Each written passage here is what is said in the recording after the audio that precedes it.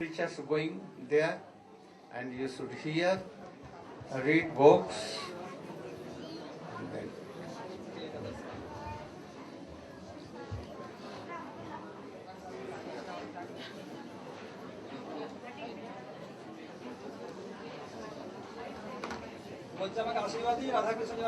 very good. My blessing.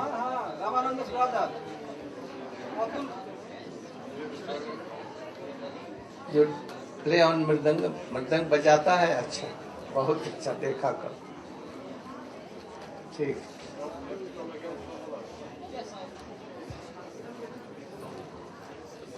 How are you? Very good. My blessings. Your daughter?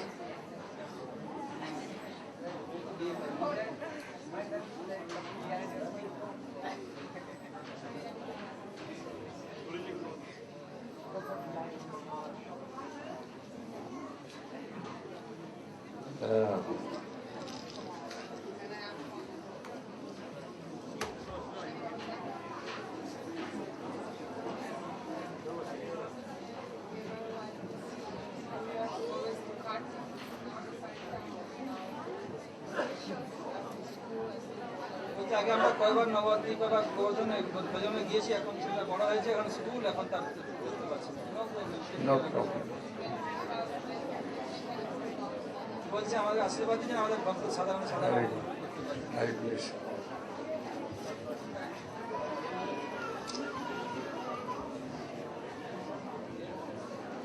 Brother of Silpa Karini.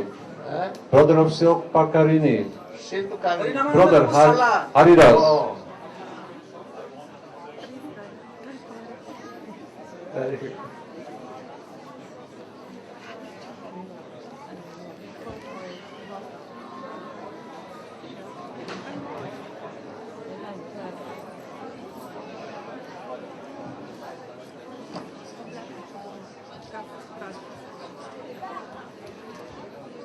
Okay, good. When is now we'll see. Calendar is not with us. Delhi से हैं। आप तो हिंदी जानती मालूम है दोनों, बहुत अच्छा. कहाँ पर रहती हैं?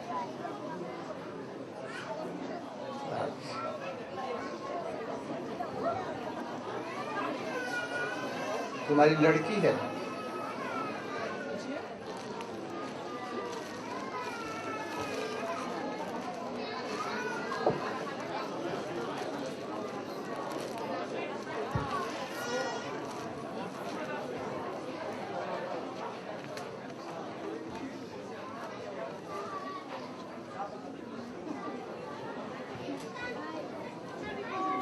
दो साल पहले शादी की थी दिल्ली में, वो ससुराल वालों को लेके नहीं जा रहे हैं। Don't wait. See that Krishna is your most beloved. Krishna तुम्हारे पति हैं, ऐसा देखो, कोई न कोई व्यवस्था हो जाएगी. Don't worry. मत चिंता करो.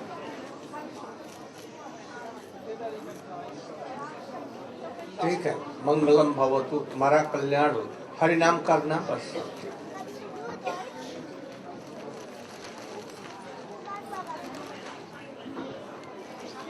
बहुत अच्छा.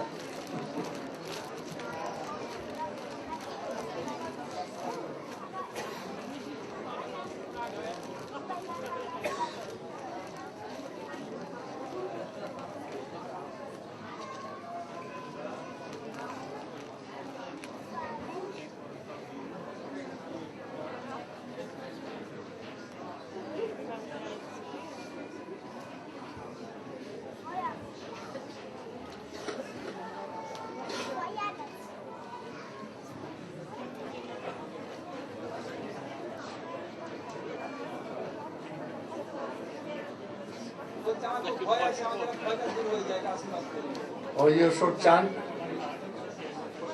and also remember Nishingadev. Then you will.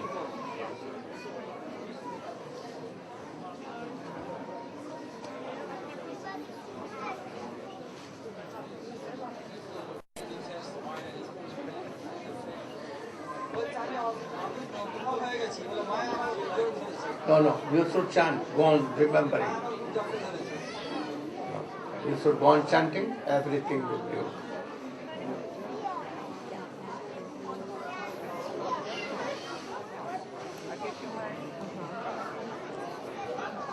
ठीक है हमारा आशीर्वाद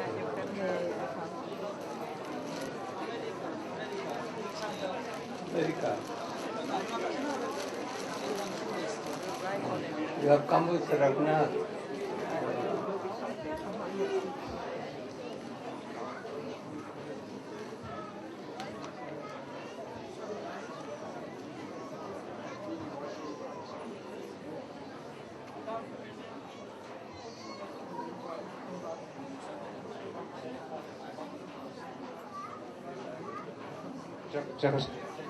Czechia.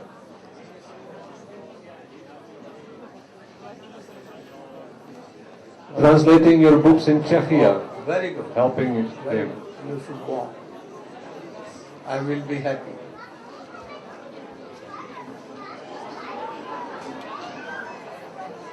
ওরা সবাই সাহায্য করছে এই করছে সব Very good. জোগাড় করে এনেছে ওদের এর নাম রাধা মোহন দিয়েছেন ফোনে হরিনাম হয়েছিল ত্রিদণ্ডী মহারাজকে সাহায্য করছেন কিছু Very good. Oh, good. দুটো ছেলে মেয়ে আছে তো নাম দিন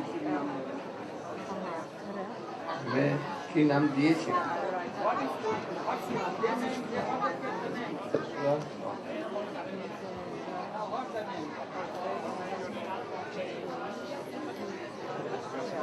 Yasmina. यमुना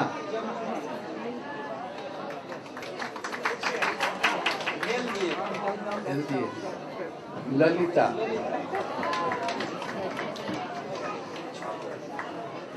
বাচ্চাদের জন্য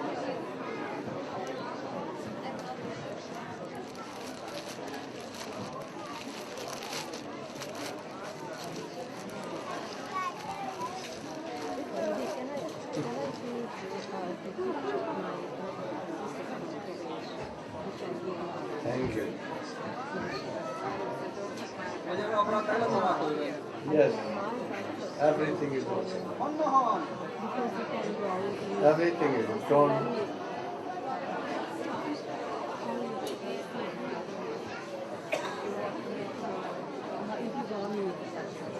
I just have to rest a bit and do nothing. The lady in the car before the rest. ठीक দাঁত সাফ করার জন্য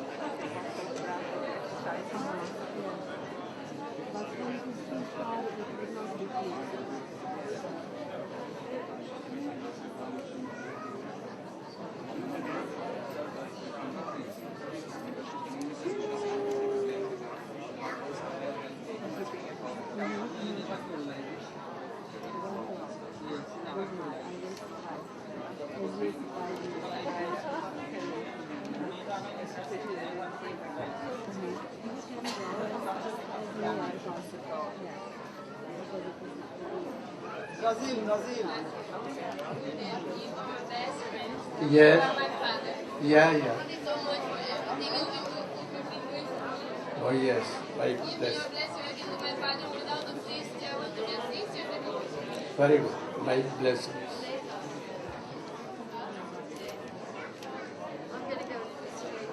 Croatia.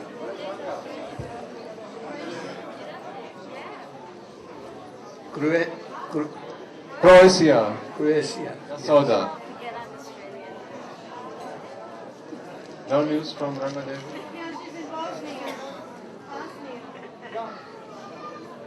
Oh. family. I will next. She Your surprised daughter me. I came. don't know that she will go now. I'm very happy that you Tomorrow I have will go. Croatia is not today, but she go inside. And she surprised me. I didn't know that she will go. I didn't prepare myself for Oh. that. But I will go, certainly. When I will think, Thank you very I much. will come. It is on second day story or first day story? Ground floor.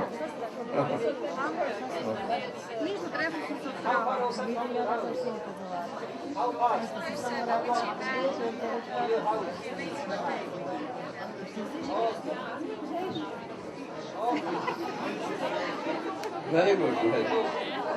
Ja ću čitati knjigu na priču.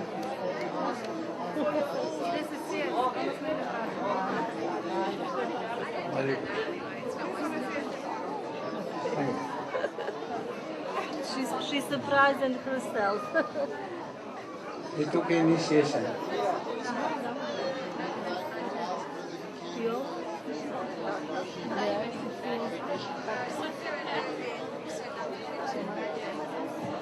Yes, he can do. Very good.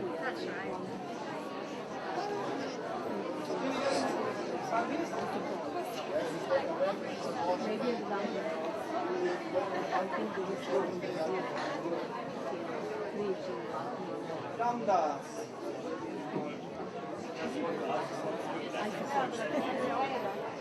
Yes, yes. Try to develop in Krishna consciousness. You should know all the Siddhant.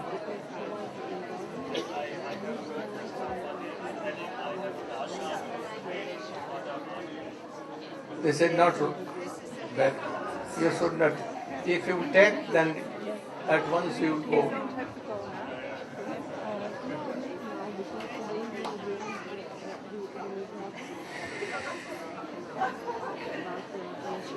Australian Maharaj. Somewhere. Poland. Poland. He took you to preach. Very good. By blessing. Again he will come and you should help. His wife? Very good. Very good.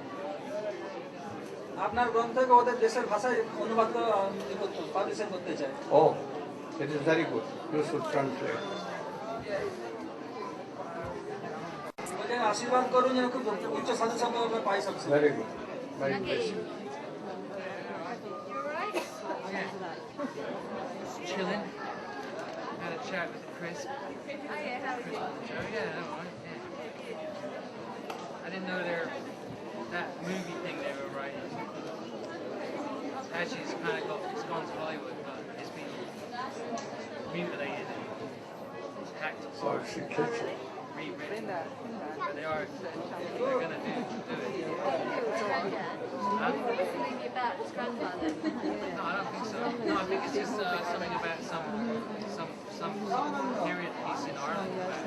But they completely mutilated it. Yes, none of it. They kind of presented it and then they sort of bought it and then just hacked it as well. ये Indian है. Yeah, well, it From apparently they get Brazil. paid for it when they start filming it. Not until. Kartik में आएगा उसमें उत्सव देगा। Oh, that's ठीक है. ले आना पैसा. जाओ.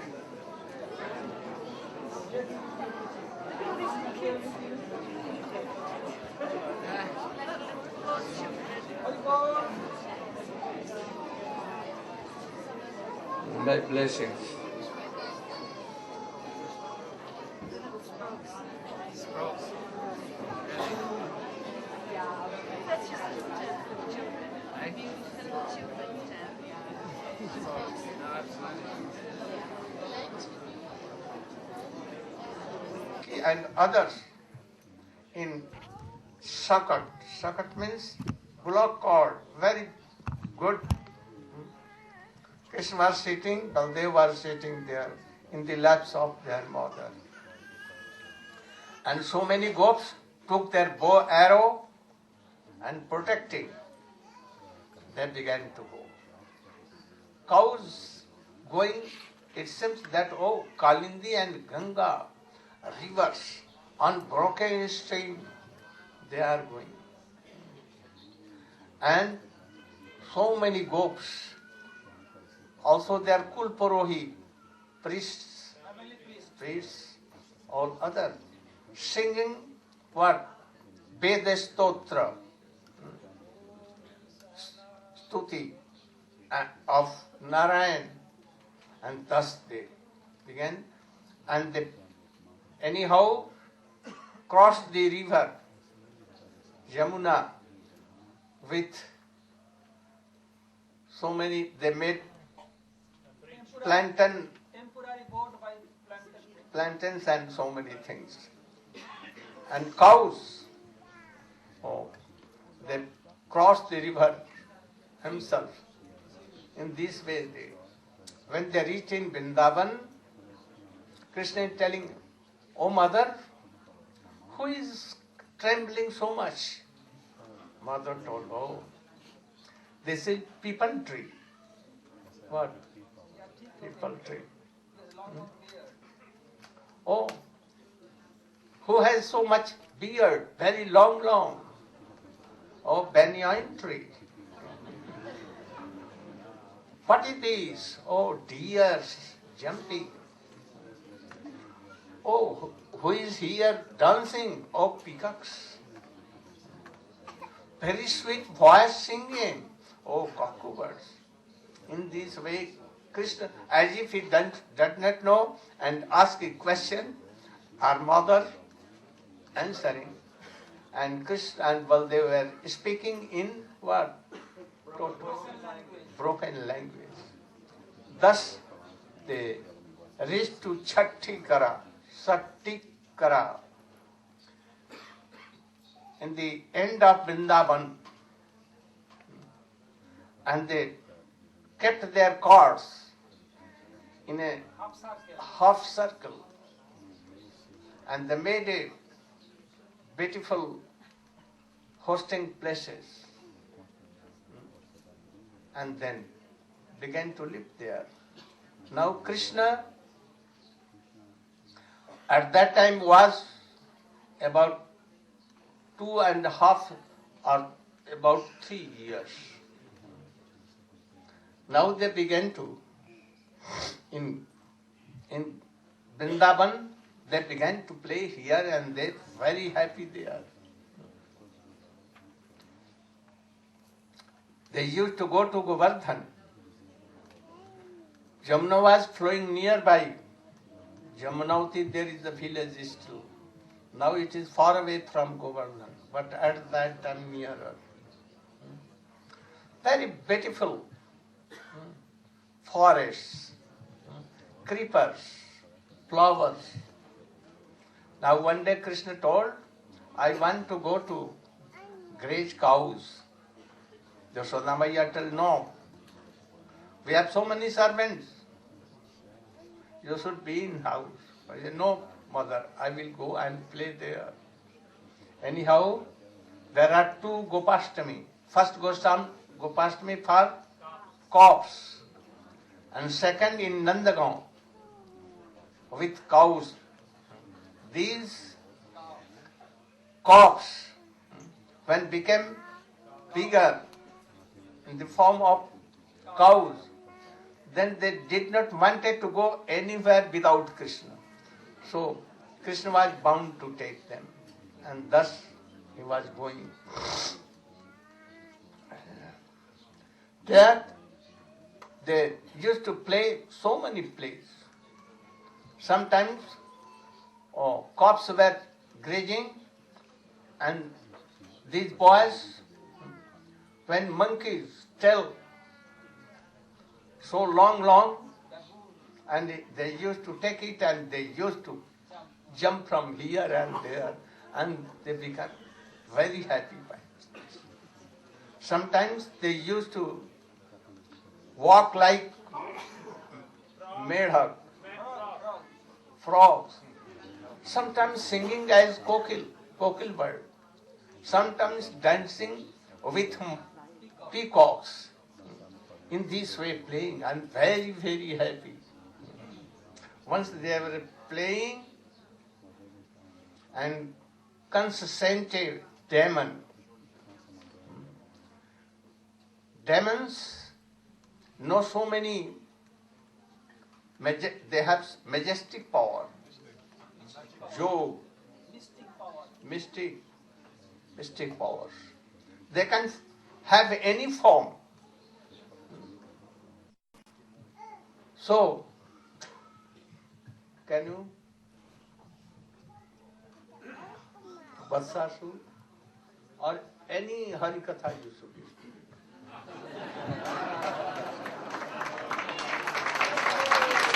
What you like to listen to.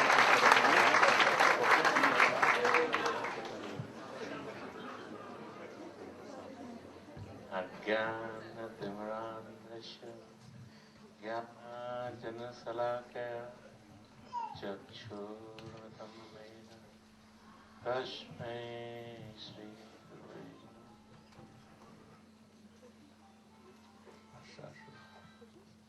Vatsasur, Bakasur,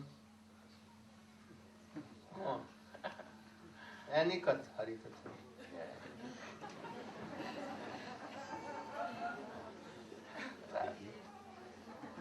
Thank you for not laughing. Yeah. By mercy of Gurudev, I am in mood of listening. I have no voice for telling anything, Gurudev, in your presence.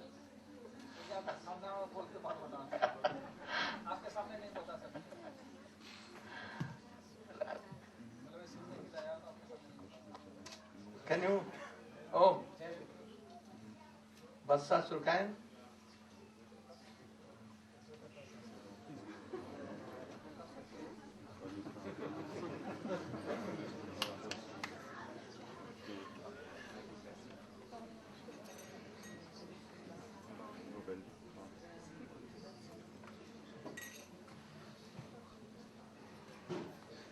Haribo. Gurave Gaurachandaya Radhikaya Tadale Krishnaya Krishna Bhaktaya Tadabhaktaya Namo Namaha Sri Krishna Chaitanya Prabhu Nityananda Sri Advaita Gadadha Shiva Sadi Gaura Bhakta Vrinda Hare Krishna Krishna Krishna Hare Hare Hare Rama Rama Rama Hare Hare.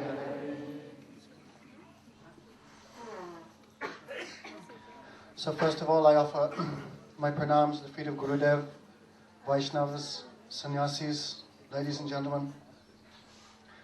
So when Krishna came from Chatikar, then to Vrindavan, then Krishna began the festival of Gopastami. At first, Mother Yasoda was saying, "Oh, my Krishna, no need to go out in the forest. The sun is very hot, you'll become even more black. Also, there are many thorns on the ground. Please do not go." But then Krishna is saying, "Mother, this will not be a punishment. This will be a source of great happiness. Also, we have to follow our Varnashram Dharma.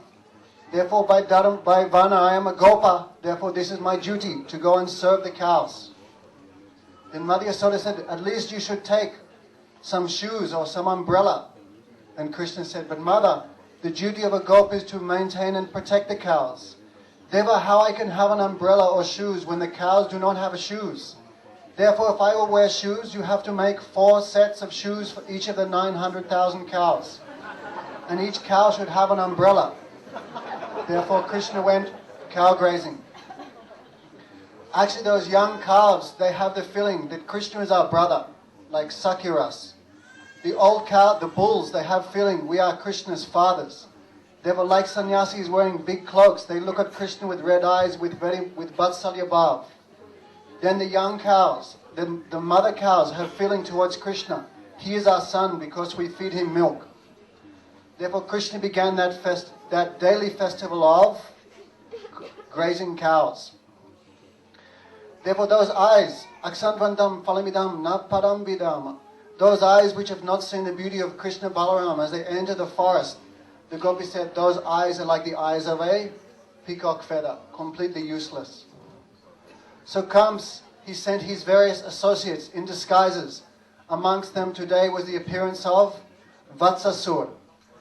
So Thakur Bhaktivinoda has said that each of these demons represent one fault. Therefore, Vatsasur represents my main anatta of childishness, juvenile delinquency. Means anattas committed in complete ignorance with no sense of maturity. Therefore, Vatsasur, he was thinking how I can kill Krishna Balaram. Therefore, he took the form of a calf. Therefore, outside he is looking like an associate of Krishna and Balaram, but inside he is a demon. Therefore, Thakur Bhaktivinoda, he said, be careful. Etuek Kolichela, Mata Nedha Kopin Pala, Tilakanak Hate Mara, Sahaja Bhajane Pochane Mama, Tumara Shanger Poil Bala. How the demon will enter into Krishna's pastimes. In Satyuga, the demon was, the incarnation was Nrsingadev, and the demon was Hiranyakasipu. They were born on different planets. In Dwapayuga, the incarnation is Lord Ram, and the demon is Ravan. They're born on the same planet, but different islands. One is living in India, the other is living in Sri Lanka. In Dwapayuga, the incarnation is Krishna, and the demon is, he entered in there. So, actually he had a very foul and repulsive smell. Therefore the other calves were trying to avoid him. Sometimes we know how that feels, isn't it? Therefore the other calves were avoiding him. Then Krishna Balaram indicated by eyes to Krishna, this is not one calf, this is one demon. Therefore Krishna, if Krishna says in the Gita, of all cheetahs I am the biggest cheetah. Therefore Krishna came to Bhattasur, oh my dear little brother. Then whipped him by the legs, spun him round like a centrifuge, and Bhattasur left his body like that. Hare Krishna.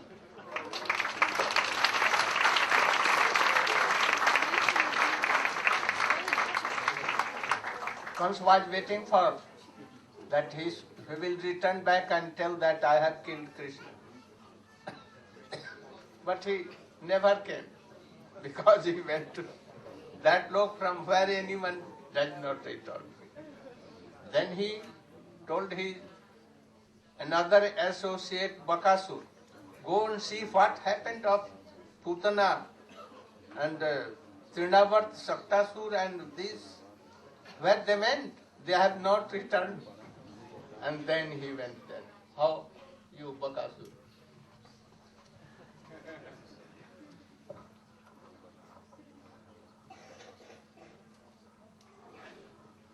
Ajnanatimirandasya Gyananjana Salakaya Chakshur Unmilitam Yena Tasmai Sri Gurave Namaha Vancha Kalpatarubhyastya Kripa Sindhu Bevatya Patitanam Pavanebhyo Vaishnavebhyo Namo Namaha. First of all, I offer my humble obeisances unto my beloved Gurudev, Om Vishnupada Paramahamsa Parivrakacharya Ashtatadarshi Srimad Bhaktivedanta Narayana Swami Maharaj, unto all the Vaishnavas in our Guru Parampara, Tridandi Swamis, Vaishnavas, Vaishnavis, guests, mothers, sisters and brothers. Please accept my humble obeisances. Srila Gurudev ordered me to speak on Bakasur. I read today about several demons, but not about this one. So, caught by surprise. I thought if Gurudev asked me to speak about Denakasur, that is my favorite. Yeah. But anyhow, Bakasur, with the help of Rastananda Prabhu and Giri Maharaj, I got some information. There was Bakasur was also sent by Kamsa, brother of Putana. Also Agasur, brother of Putana, yeah. Brother of Putana and Agasur, Bakasur, yeah. So Bakasur, he was coming to Vrindavan to catch Krishna. And he was posing himself, yeah. He was presenting himself as a crane, yeah. We see often the cranes in the water, and some of them, they stand on one leg, yeah. And they seem to be very renounced, yeah. Very motionless, watching on the water, or thinking as if they are, posing as if they are great saintly persons who are completely in trance.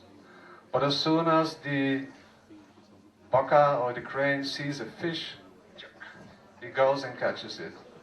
So this is, according to our acharyas, this represents the false renunciant who poses himself as a great sage, saintly person.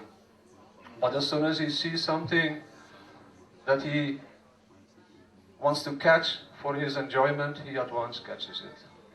A false saintly person. So what happened? Krishna came along the bank of Yamuna, and Bakasura was standing there with big beaks. Yeah. And he opened his beaks and he catch Krishna. And Krishna go inside, yeah, and he take the two beaks of the Baka and he bifurcated his beaks at once. Yeah, and Bakasura left his body and attained the liberation. Yeah. After that, the next demon, invite the next speaker. So thank you very much for listening, and thank you, Gurudev, for giving me opportunity. Vaishya Kalpadrupya Sakritasya Mudeyeva Patitanam Pavanebhyo Vaishnavebhyo Namo Namaha. Bakasur is symbol of hypocrisy. Hypocrisy, kapalata. If you are doing bhajan, but you want to cheat Krishna and other devotees, like Anya Bhilasha, for any worldly benefit, doing bhajan, Krishna will know. There are so many other hypocrisy. So Krishna will know. So we should be sincere. No worldly any desire. No Mayavad Gyan, no smart karma, and thus by all our senses and modes we should serve Krishna, to please Krishna, for the benefit of Krishna. Now, brother of Putana, younger, and also Bakasur, he saw that, oh, my dear sister and my dear brother, they have been killed. Anyhow, I will kill them both, and then I will take the revenge. So what became?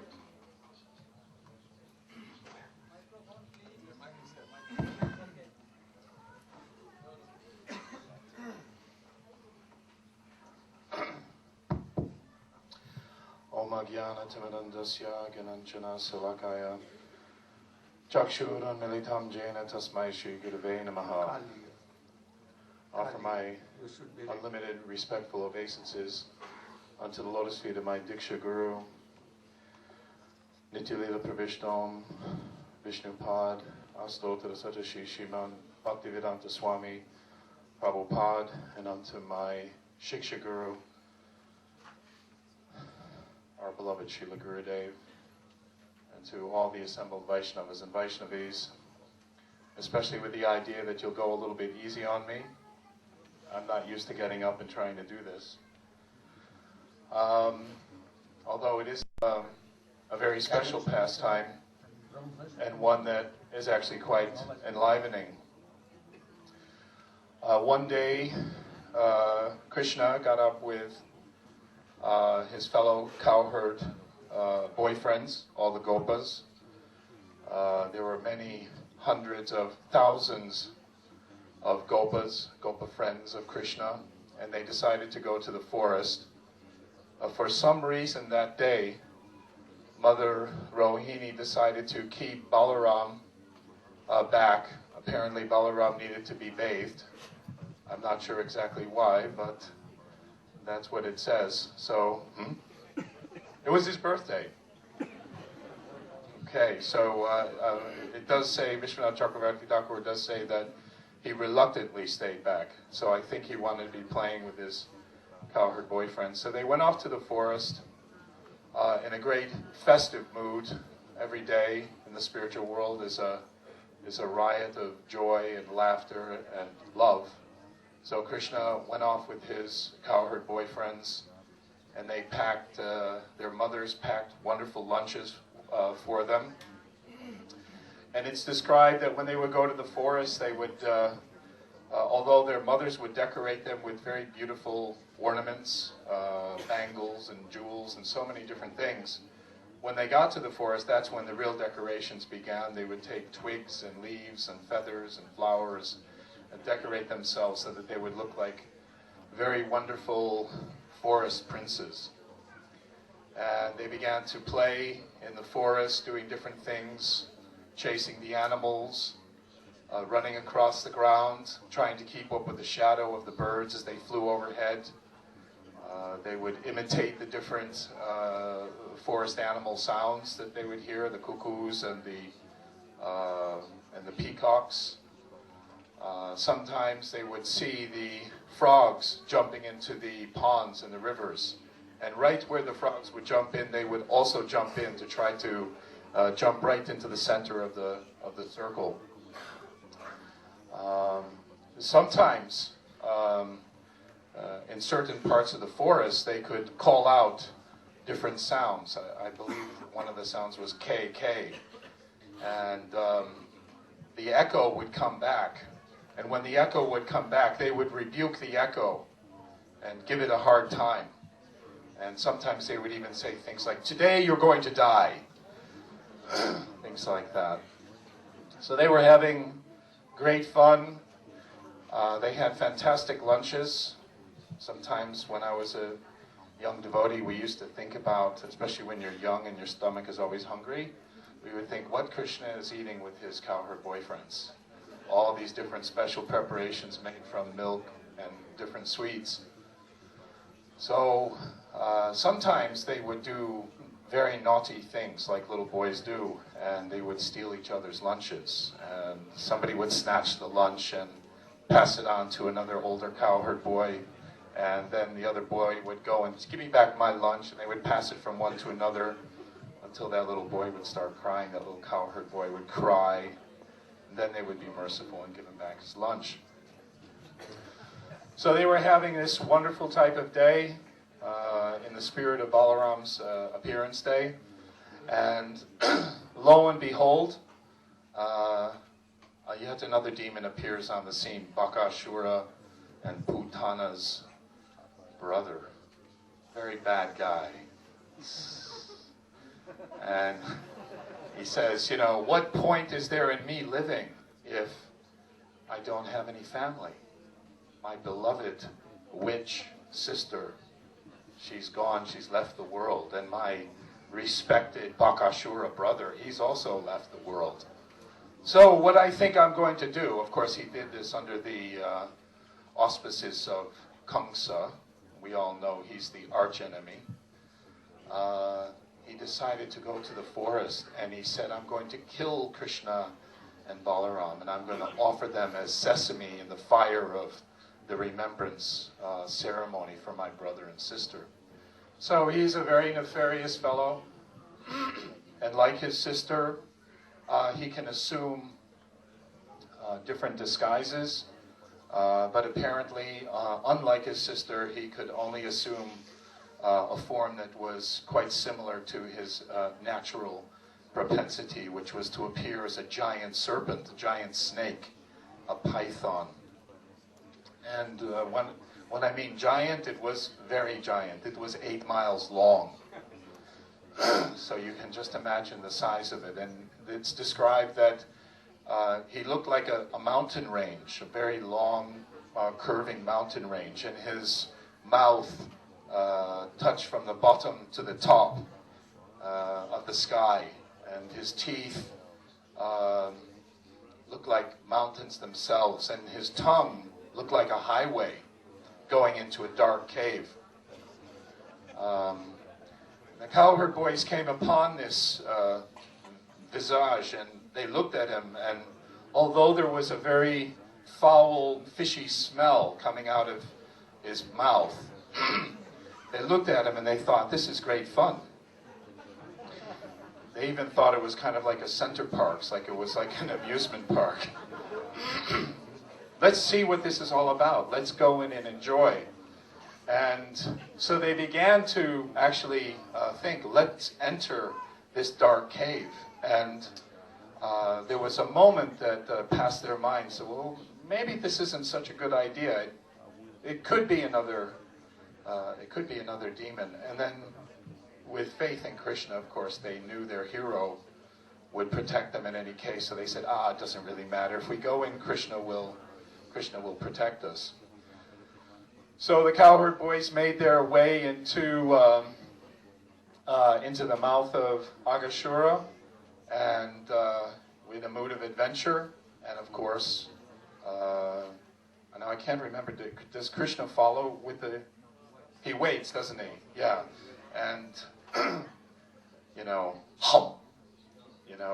Agashura gobbles them all up. No. He waits until they're all also in. Okay, thank you.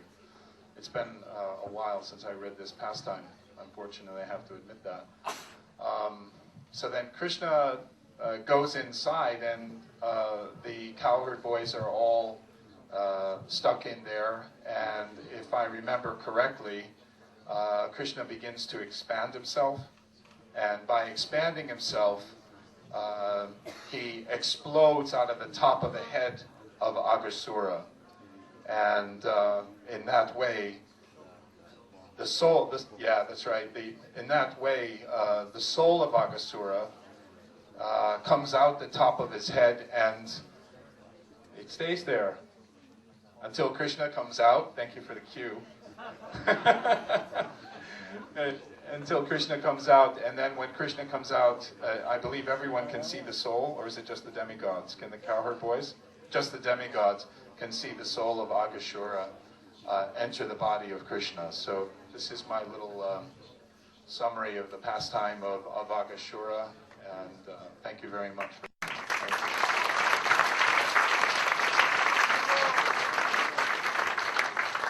When Aghasura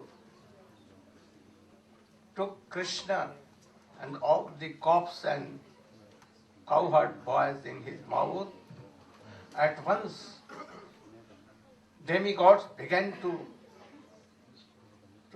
loudly, alas, alas, oh, Krishna is killed, Krishna is killed. And this sound came to Brahma. And Brahma at once came there. And then he saw that anything very lighting coming from the head of Aghasura and moving in the sky. And after some time, Krishna, when came out his mouth with corpse and cows, then he saw this. And that flashing light came into the feet of Krishna. Then he, Krishna is Supreme Personality of Godhead. And how this Aghasura, to whom any yogi, a Brahmavadi, for thousands and millions of years, doing tapasya by their Shuddhaman, pure mind, they cannot touch Krishna even. In their meditation, Krishna never comes. And this Aghasura took Krishna in his heart. Oh, how fortunate. He will have a very high class of gati. And then Krishna, he was there, and then he made up his mind. I want to see more some sweet pastimes of this Prabhu. But he has come from lotus. Lotus is jada, inert. So he was also like that. In the meantime, Krishna with all Gwalbal, he told us, today is very late. Here near this pond, very beautiful. We should sit here and take what our mother have sent. And then Krishna sat in the middle and other boys, but that day Baldev was not there. They made round, thousands and thousands of rounds, and each Gwalbal was saying that Krishna is with me, in front of me. Those who are back, those who are inside, those who are very far, all saw that Krishna is very nearer to me, and he is taking prasadam with us. In this way he was very happy and taking prasadam. After what became?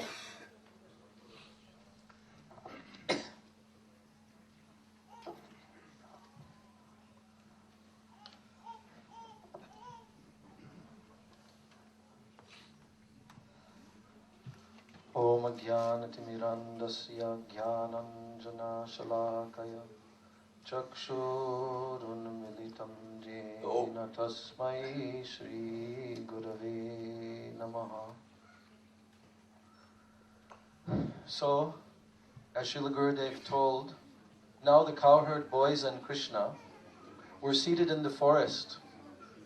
And this very amazing situation that every single cowherd boy who was seated around Krishna, and there were many, many circles circling all the way around Krishna, each one of these cowherd boys thought, oh, Krishna is directly facing me, and he is directly looking at my face and reciprocating with me personally. As the cowherd boys were eating, they were playing so many tricks on one another. They were also sometimes taking a pakora and taking the inside out and then putting a jasmine flower inside the pakora and then handing it to another cowherd boy who would eat it, and as soon as he ate it, it would taste bitter to him and he would make a bitter looking face. In this way they were playing and very happily engaged in this pastime of taking their lunch with Krishna there. So, at that time, they had already brought the calves to a very beautiful area just nearby to where they were sitting, which had very sweet and beautiful grasses, lush green grasses for the calves to eat, and very nice water in the river Jamuna there. And then they suddenly noticed that the calves had wandered away. And the cowherd boys told to Krishna, oh, the calves have gone. Krishna told the cowherd boys, oh, don't worry. You should stay here and you should continue enjoying. I will go and I will locate the calves and I will bring them all back here. Don't disturb yourselves, just remain here very nicely sitting and enjoying. So then Krishna went off and he began to search for the calves. But actually what had happened in the meantime, Lord Brahmaji, who wanted to see more wonderful pastimes of Krishna, and also he wanted to do some test to see Krishna's mystic power. So he actually played a trick, and he took those calves by his own mystic power, and he brought them into a cave and placed the calves in a unconscious state, like sleeping condition, by his mystic power. And then as Krishna was looking here and there for the calves, Lord Brahma also came where the cowherd boys were sitting, and he also took the cowherd boys and made them under his mystic power and placed them in the cave also. So Krishna was looking here and there, just like an ordinary cowherd boy of this world, and he could not find the calves. And when he came back to see the cowherd boys, he also saw that they were not there. But actually, Krishna understood. Because why? Krishna is Sarvagyata. Sarvagyata means he is the absolute supreme personality of Godhead. He is the source of everything, whole creation. There is nothing within Krishna's creation that he does not know at every single moment. That is Sarvagyata. But also, because of his playful pastimes as like a human-like child, Naravat Lila, oh, he also sometimes appears to be Mugdata, where he doesn't know anything. So Krishna played like this up to this point where he did not see the calves and cowherd boys, and then he realized, oh yes, this is Brahmaji. Oh, he has played a trick like this. I will have to show him. I will also have to express my powers to show Brahmaji that he has made a big mistake. And also at that time, from Krishna's perspective of being a little cowherd boy, he thought, oh, Mother Yashoda, she will become very upset if I return and there is no cowherd boys and calves. So Krishna, at that moment, he expanded his own self as each one of these cowherd boys. Every single detail of the cowherd boys was identical to the original cowherd boy. Their hair, their eyes, their clothing, every single thing about them, their voices, were identical to those cowherd boys. But the only difference is, they were Krishna himself. And also the young calves.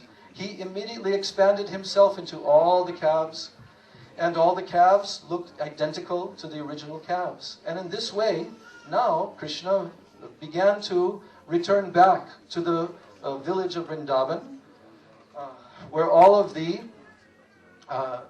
cowherd men and ladies were waiting for their sons and for the calves to return. All the cows were waiting for the calves to return. So now, when Krishna came back in this form, oh, he entered into the cowherd sheds as the calves. He entered into each one of the homes as the cowherd boys.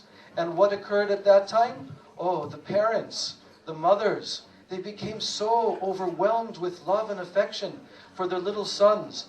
Now they began to embrace them and kiss them. And now they began to prepare them for the evening by massaging their very beautiful bodies with fragrant oils and bathing them, decorating them. And in this way, they were able to directly serve Krishna and even feeding their own breast milk to their little sons, like as their little sons. But actually, they're having the opportunity to directly feed Krishna their breast milk. And in the same way, also the cows, they began to give so much of their milk to these young calves. So, this was during this same time, Lord Brahma, because by Lord Brahma's calculation of time, 1 year of earthly time is equal to 1 moment of his time. So Lord Brahma, after he had stolen the calves and cowherd boys and put them in that cave, then he went to return back to his abode. So this was 1 year of the earthly time, but it was only a moment of his time. So when he returned back to his kingdom, who was there? Lord Brahma was there, because Krishna had expanded himself as Lord Brahma. And so when Lord Brahma came to the entryway of his palace, the guards had been informed by the Krishna, Lord Brahma, that there will be an impostor who will be arriving here. And he's saying that he's Lord Brahma, but I am really Lord Brahma, you should beat him. So now the guards began to beat Lord Brahma. And he began to wonder, what is going on here? So during that time, then Lord Brahma also came back. But this whole year that had gone by during that time, oh, Krishna, there was also one incident that took place. Garga Rishi had given the advice to all the Brijbasis that this particular time was the most auspicious time for all the young Braja Gopis, the little girl Braja Gopis, to be betrothed to respective Gopas. And so, by the will of Krishna, and to satisfy the desire of the hearts of all the Braja Gopis, actually, during that year, the Braja Gopis were betrothed prior to marriage with Krishna. So actually, their desire of their heart to have Krishna as their husband was truly fulfilled, because they were betrothed to all the cowherd boys who were actually Krishna himself. So now, just toward the end of this year, a few days before the end of this year, Lord Balaram was going with Krishna and the cowherd boys and the calves, the calves were also 1 year old by now, and the mothers of the calves also had given birth to another calf in the meantime. Usually when cows give birth to a new calf, they become much more affectionate to that new calf than they were to the year-old calf. So during this cowherding, when Balaram was there, one day they came to the foot of a hill, and suddenly on the top of the hill, the cows saw the calves, which were actually Krishna, and they became overwhelmed with maternal affection. And the cows began running at top speed down the hill. And the cowherd men, who were also watching this, they ran after the cows. So when the cows came down to the bottom of the hill, they began licking the calves, who were the 1 year old calves. Then also the cowherd men, when they came down, they were a little bit upset because the cows had gone away. And when they saw their cowherd sons, they also became so affectionate to them. They took the cowherd boys on their laps. They began smelling their heads affectionately. And Lord Balaram was observing this. And he started to think, what is going on here? It appears that these cows are affectionate to these little cowherd boys in the exact same way that they are to Krishna himself. Because all the Brijbasis love Krishna more than they love anyone, even their own selves. So then he also observed, these cows, they're normally not so affectionate to the 1 year old calves, but here in this case, they're so much affectionate to them. And now Lord Balaram began to think. And suddenly he realized, yes, now I see, this is the mystic power of my younger brother Krishna. Even Lord Balaram, who is the immediate expansion of Krishna, he is also Supreme Personality of Godhead, all-knowing. But when Krishna, who is Ekala Ishwar Krishna, that means he's the only one Supreme Absolute Lord, and all others are his servants, including Balaram. If Krishna wants to perform a pastime, then even Balaram may not be able to understand. But at this point, Krishna allowed Balaram to also see and understand that, Krishna, you have become all these calves and cowherd boys. So now, when Lord Brahma finally returned back from his abode, which he asked from Krishna. He asked from Krishna, yes. Why you have done so? Yes. So then Krishna began to explain to him that Brahma wanted. Yes. And also all the cows and cows, they wanted to that I should be cow, and all as that gopi wanted to that I should be their son. Yes. And all gopis wanted that Krishna should be my most beloved. For all reason, I have done so. So Krishna explained all these things to Balaram. And now Lord Brahma returned back. So when Lord Brahma went to the cave where he had put the cowherd boys and the calves, and he went to examine to see, because actually he was starting to feel, maybe I've done something wrong, because he saw himself in Brahmalok. So now he came back and he thought, I must have made some mistake here. And when he saw that in the cave, the cowherd boys, they were still sleeping there. What he had done mistake? Yes, What mistake was that? I forgot, I have to tell that first. Okay. So when he came back and he saw that the cowherd boys and calves, they were still sleeping there, then he began to realize, I have made a mistake, I have made an offense against my Lord and Master, Lord Krishna. He is the absolute supreme power. I am very tiny, my power in comparison to him. And then he went and he saw that the cowherd boys and the calves, they were also playing and grazing in the forest. He saw them there, and then he went back to the cave again, and he saw that they were also in the cave. And then he simultaneously looked with his heads in both directions, and he saw that they're both in both directions simultaneously. And this especially disturbed him, because now he knew for sure that some great power had defeated his of Lord Krishna's.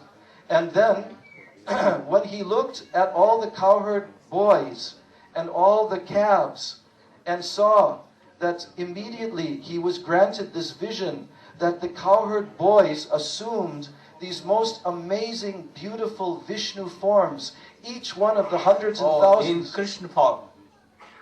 After that Vishnu. First in Krishna form. Oh.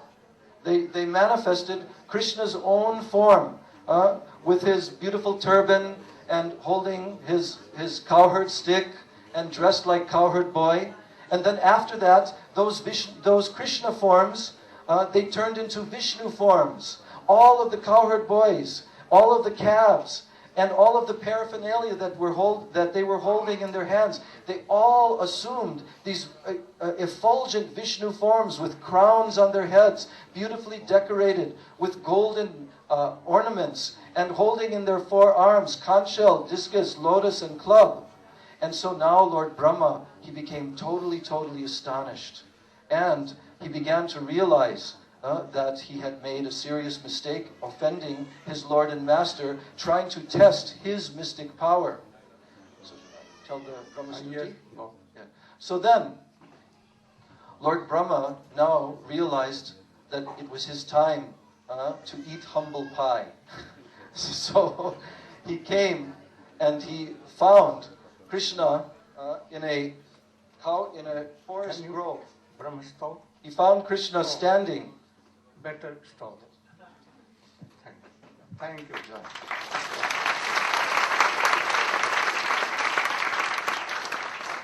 After that, Brahma's thought.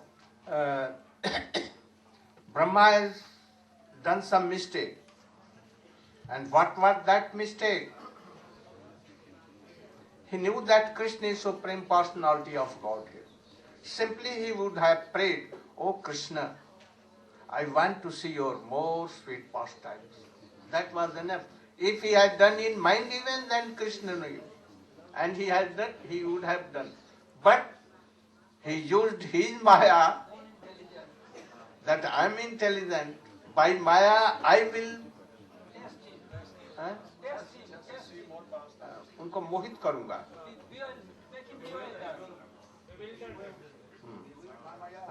I will cover the Gyan of Krishna, and then I will see what he is doing. But his fault was that he should pray himself in heart that, "Oh Krishna, I want to see your most sweet person." That was enough.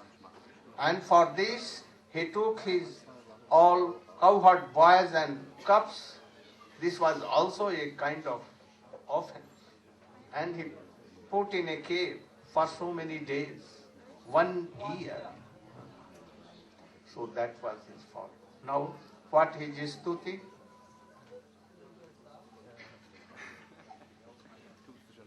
Oh, yes.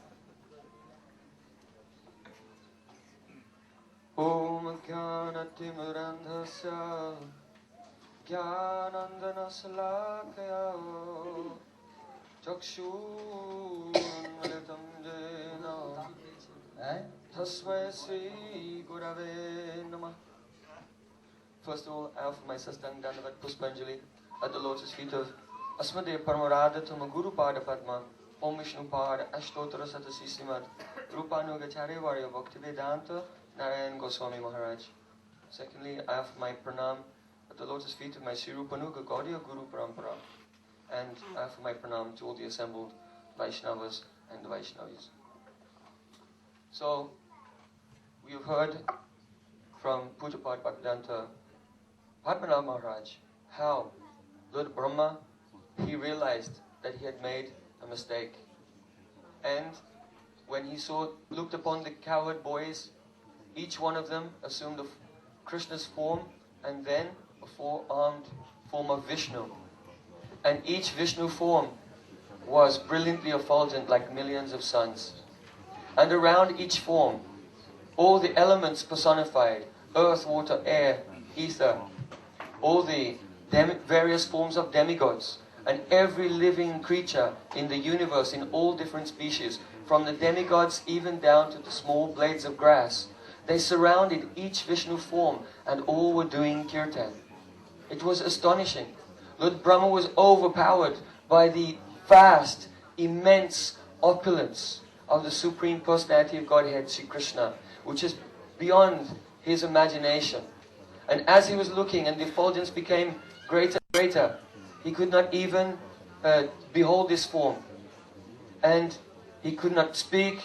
All he thought in his mind was, Kim idam? What is this? Then he could not even look. He was overpowered and he closed his eyes. But then Lord Brahma, being overwhelmed by the immense power and opulence of Sri Krishna, when he opened his eyes and rubbed his eyes,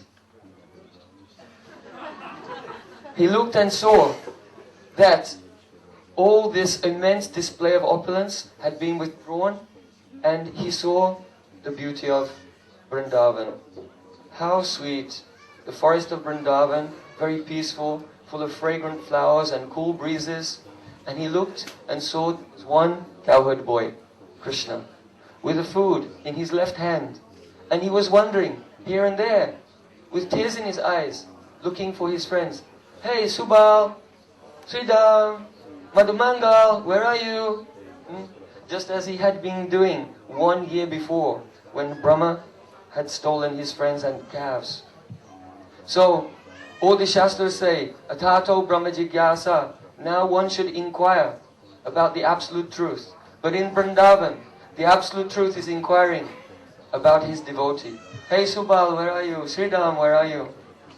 Seeing this, Lord Brahma became ashamed, so ashamed. And he came down from his swan carrier and fell at the feet of Krishna, giving Dandavat Pranam again and again, tears flowing profusely from his 8 eyes. And with a choked voice and trembling, with folded hands, he began to utter prayers glorifying Shri Krishna. No midyate pravapase tadidambaraya gunjavatang saparipichala sanmukaya vanyasraje kavalavetra vishanavenam lakshmastriye mridupate pashupangajaya. He said, Oh my Lord, no midyate prabhapase, you are the only object of worship for all living entities in the world. You are standing before me with your small lotus feet as a cowherd boy, which are marked with beautiful signs. Your complexion is like a fresh rain cloud, and you are wearing a pitambar, a yellow shawl, which shines like lightning on your body. You are not decorated with gold and jewels, like all the forms of Vishnu. But in this original form, you are decorated with what? Gunja berries. Earrings made of gunja berries from the forest. And even though you are the reservoir of all knowledge, you know everything, it seems that you have no education at all, because you're walking around with food in your left hand. As you know, you don't eat with the left hand. But Krishna, he had been eating with his left hand, and he was wondering, and he has the rice and yogurt and fruit dripping through the fingers of his left hand while he's looking for his friends. So, Lord Brahma, he said that you have a flute and a stick for controlling the cows tucked inside your belt. So you are playing like a very ordinary cowherd boy. And you are Pashupangojaya. You are really the son of Nanda Maharaj. Before Srila Gurudev was raising this point, is Krishna the son of Vasudeva and Devaki or Nanda and Yashoda? So partly he's the son of Vasudeva and Devaki, but in his original form, here, Lord Brahma, our Adi Guru, who is an authority and Mahajan, is saying, Pashupangajaya, really you are the son of the Pashupa, those who protect cows, the cowherd couple, Nanda and Yashoda. So then, Lord Brahmaji, he said, even if the rishis or scientists, they could count every grain of sand in the universe, if they could count all the stars in the sky, still they could not count your astonishing, wonderful, unlimited qualities. There are those who cultivate knowledge of impersonal Brahman, but all of their cultivation of knowledge is a complete waste of time. It is like husking husk. If you have rice paddy and you husk it, then the rice comes out from the husk. But if you begin with the husk and you beat it, then what will come out? Nothing at all. So all the endeavors of those who are cultivating impersonal knowledge, who have no devotion to you, all of their hard endeavors are like husking, just hard work for nothing. And Lord Brahma, he prayed, Jnane prayasamudapasya namantameva jivanti sanmukaritam bhavadiya vatam stane stitam srutigatam tanuman vanobhya ye prayasojita dichopyasitaistilokyam. Lord Brahmaji said, Jnane prayasam, the attempt to attain knowledge, udapasya. One should give up the attempt to attain knowledge. This jnana does not refer only to the cultivation of impersonal knowledge. But Lord Brahma realized there is no need to cultivate knowledge even of the opulence of Sri Krishna. Because it's not possible to understand his opulence. It's so vast. Jnane prayasam udapasya. Give up the idea of trying to understand the opulence of Krishna. Namanta eva. And just give obeisances. Jivanti sanmukaritam bhavadiya vartam. And give respect to the bhavadiya vartam, the discussions of your Nam, Rup, Gun and Leela. Even Jnane Prayasam Utpasya, Krishna has so many opulence. Even you should give up all this. By that, if the opulence is there, they cannot enjoy madhur bhav. So give up all these things and hear the Hari. And Jivanti sanmukaritam bhavadiya vartam.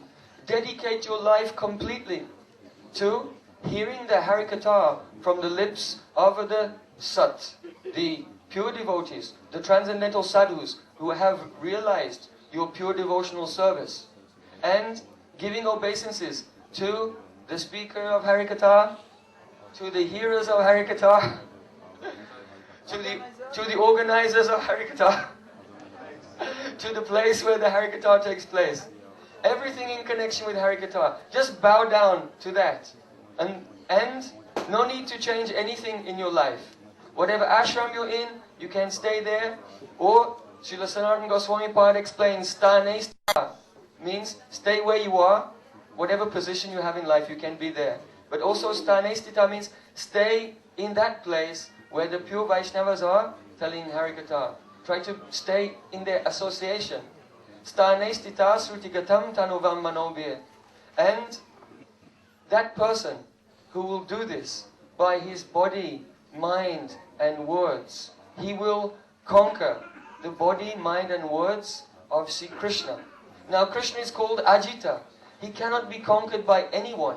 But here Lord Brahma is saying, by this simple process of hearing Harikatha from qualified Guru and Vaishnavas, Krishna, he becomes conquered. That means the potential of hearing Harikatha is that it awakens Krishna Prem within the heart. Because Prem is the only thing that can conquer Ajit, the unconquerable, Shri Krishna. So then, Lord Brahma, he remembered. He was thinking that these residents of Vrindavan, these cowherd boys, these calves and all, how great they are. I cannot be compared to them. And he cried, Aho bhagyam, Nanda Gopa Brajokasam, Yanmita Paramanandam, Purna Brahma Sanartanam. Aho bhagyam. How astonishing it is. How astonishing is the bhagya, the fortune of all the residents of Vrindavan, headed by Nanda Maharaj. Why? Because those who are fortunate, they try to search out the Brahma, the absolute truth, the Sanatan, eternal reality. But that very eternal Purna Brahma, complete supreme reality, has Yanmitam Paramanandam. He who is the unlimited ocean of Ananda, he has become the friend, intimate friend and family member of all of these wonderful residents of Vrindavan. And therefore, Lord Brahma said, I pray. Tad buri bhagyam hiya janma kimapyatavyam yad gokulepi katamangri rajobhishekam yad jivitam tu bhagavan mukundas yad yapya shutibe mrigyameva. He said, it would be a matter of great fortune for me if I could take birth here. Tad buri bhagyam, great fortune. Here, kimapyatavyam, if I could take birth here. Where? That means on the western side of the Jamuna, the Vrindavan side. But Brahmaji thought, I'm not qualified to take birth here. So then he thought, perhaps I could take birth on the other side of the Jamuna river, on the eastern side, that is Gokul. Yat Gokulepi katamangri rajobhishekam. If I could take birth in any species of life, then I would be very fortunate. What to speak of moving living entities? Even if I could take birth as a stone in Gokul, then this would be a great matter of great fortune for me. What kind of stone? When the lower caste sweepers who clean the drains and clean up the stool, when they come home from cleaning, then before they go inside their house, they keep a stone by the door and they scrape their feet to clean their feet on the stone before going in the house. So Lord Brahma, the original being of the universe who has created everything, who is the topmost of all the demigods, he prayed, oh, I would be lucky if I could be that stone outside the house of a sweeper, so when she cleans her feet before going in, I can get the foot dust of a Brijbasi. And by being touched by the foot dust of a Brijbasi, then I may understand something about devotion. From my 4 mouths, 4 Vedas have come. But those 4 Vedas, they are still searching after this wonderful cowherd boy, Sri Krishna. So as Lord Brahma, he was offering all of these prayers to Sri Krishna. How was Sri Krishna? Or not even looking at him. He wouldn't even look at Brahma. And the friends of Sri Krishna, also they came there and they were laughing. Oh, Chauma, Chauma, who is this 4-faced person? And Brahma realized that he was not in his element. He was out of place in Vrindavan. So he gave pranam and did parikrama of Sri Krishna and got on his Swankarya and returned to Brahmalok, having learnt a good lesson that one should not try to understand Sri Krishna, his name, form, qualities and pastimes by one's own intelligence.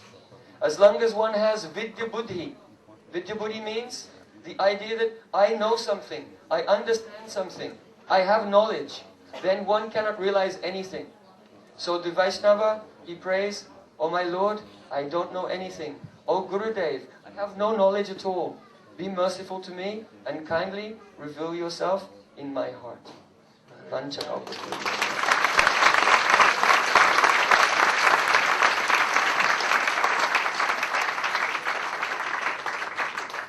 When Brahma saw the infinite glory of Krishna, then he told, Jananta eva jananta, na me bhaktapnu, bapso bacho, vaibhavam tava gocharam. O Krishna, those who are telling that I know Krishna, but I think that they are foolish. They don't know. Even myself, I don't know His glory. His glory is, oh, ananta, infinitive. So, after that, all the cowherd boys returned with Krishna to Brajat, their houses, and began to tell that, oh, mother, oh, father, today Krishna and we all were in the mouth of a big python, and we were like dying. But anyhow, Krishna saved us. Here, Sukadeva Goswami told that Aghasur was killed in his Balya at the age of 5.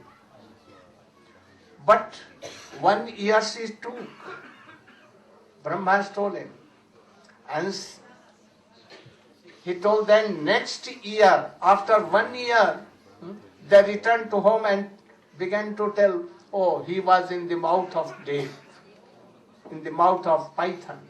So how it became? Then Sukadeva Goswami explained everything. That Brahma has stolen, and thus 1 year it was that. Then Krishna again did so many pastimes. Oh, Dhenukasu.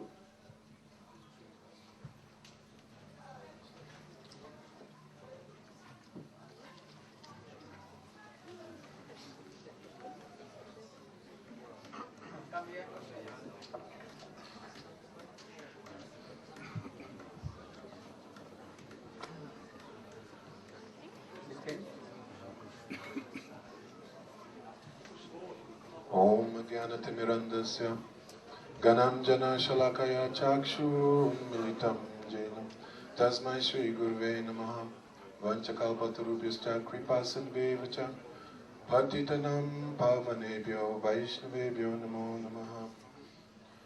So first, before speaking, I offer my most respectful obeisances thousands and thousands of times unto lotus feet of my Diksha Guru Nitya Lila Pravishnu Vishnupad Astotara Sota Shishimad Srila Gaura Govinda Goswami Maharaj.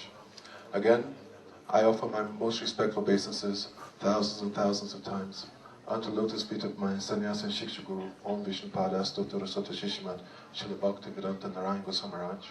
And again, my most respectful obeisances innumerable times unto lotus feet of my Param Guru Devs Nitya Lila Pravishnu Vishnupad Astotara Sota Shishimad Srila A.C. Bhakti Vedanta Swami Srila Prabhupada and Nitya Lila Pravishnu Vishnupad Astotara Sota Shishimad Srila Bhakti Vedanta Keshav Goswami Maharaj, unto all Tri Dandi sannyasis, Vaishnavas, Vaishnavis. So now Krishna, he's entered into his Poganda age, Krishna and Balaram. At this time, in the autumn season, the Krishna and Balaram, now they're allowed to go and take care of the cows. Previously, they're taking care of the calves going into the forest. But at this age, then another Gopastami occurs when they are now mature enough to go with the cows. Also, in the 10th canto, Srila Shukadeva Goswami has explained this very, very beautiful scene. From this chapter, I do not know the verses, so if you can allow me, I can just quote very briefly from another chapter. Itam sarat swacha jalam padmaka sugandhina nyavisha davatam bhatam sagogo palako chuta itam sarat swacha jalam. That at this time, in the autumn season in Vrindavan, the waters, they're flowing very, very sweetly. Yamuna, Manasi Ganga, Kushum Sarova, Itam Sarat Swacha Jalam Padmaka Sugandhina. And the lotus flowers, they're emitting a very, very sweet, sweet fragrance. In this very, very beautiful, sweet scene, Krishna, Balaram, Stoke Krishna, Madhu Mangal, the calves, they're entering into Vrindavan forest. Srila Shukadeva Goswami further explains, Kushu mita vanaraji, shushmi bringa, dvija kula gusta sara sarin mahidram, madhupati avagaya charayan nagaha, saha pashu palabala chukuja vehinum, kushu mita vanaraji, shushmi bringa.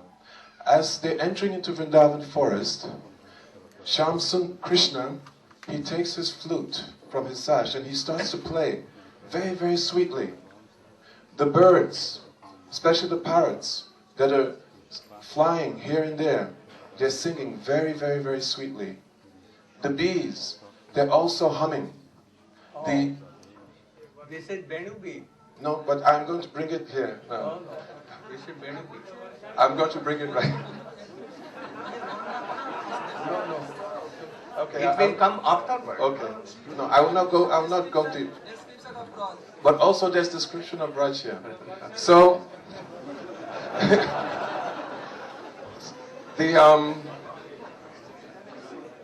The bees are humming very, very sweetly, and the trees, they're bowing down at the lotus feet of Krishna, and they're offering their fruits and flowers. This time, Krishna being received by the residents of Vrindavan in such a sweet, very, very sweet way, then he turns to his brother Balaram, and he deflects this loving relationship which is coming from the Brijbasis in the forest of Vrindavan, and he says, "Oh, just see how they're relating with you so sweetly, that the female deer, the doe, they're looking at you with very, very sweet eyes, just like the gopis. That the peacock, upon seeing you coming into the forest of Vrindavan, they're dancing so sweetly and jubilantly. At that time, Krishna also is playing his flute, and the peacock, they're dancing even more jubilantly. The cows, the calves, they're running and they're jumping and so playful. In this way, Krishna, Balaram, along with the cowherd boys, the cows, the calves, they're entering into the forest of Vrindavan as the trees, with their very beautiful flowers, are showering on the heads of Krishna, Balaram, the cowherd boys, and cows and calves, and making a very beautiful carpet. As they go into the forest of Vrindavan, then they go by a very nice... One thing, you should remember that in Bhagavatam, Sukdev Goswami has explained 6 Ritu, like Basanta Ritu, after that Basanta, summer, then Varsha, Varsha means raining season, and after that autumn, and then after that Hemanta, then Sishi, then Basanta. Now he, at the time of Dhankasuri, it was Grishmakal, it was summer, and at that time, tal are now ripened at that time. So you should come as in Srimad Bhagavat has told, not like this.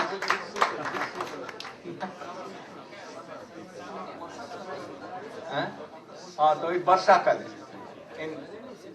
in rainy season, and this is Sarat Kal. Anyhow, we should go now. We can So, at this time, Balaram, he and the cowherd boys, they stop to take rest. Baladev, he lays his head on the lap of one of the cowherd boys. And then Krishna, he goes and sits by his feet and he starts to massage his feet very, very nicely. After some time, the boys, they get up and they start to play again. And then, after all of his composure, he thought, and he said, "Krishna, how can I kill my relatives? Then our spoils, the victory spoils, would be tainted with their blood." And Arjuna began to give so many very good moral reasons why he shouldn't fight. And then Krishna proceeds to respond to Arjuna's arguments. Here are some of Arjuna's arguments.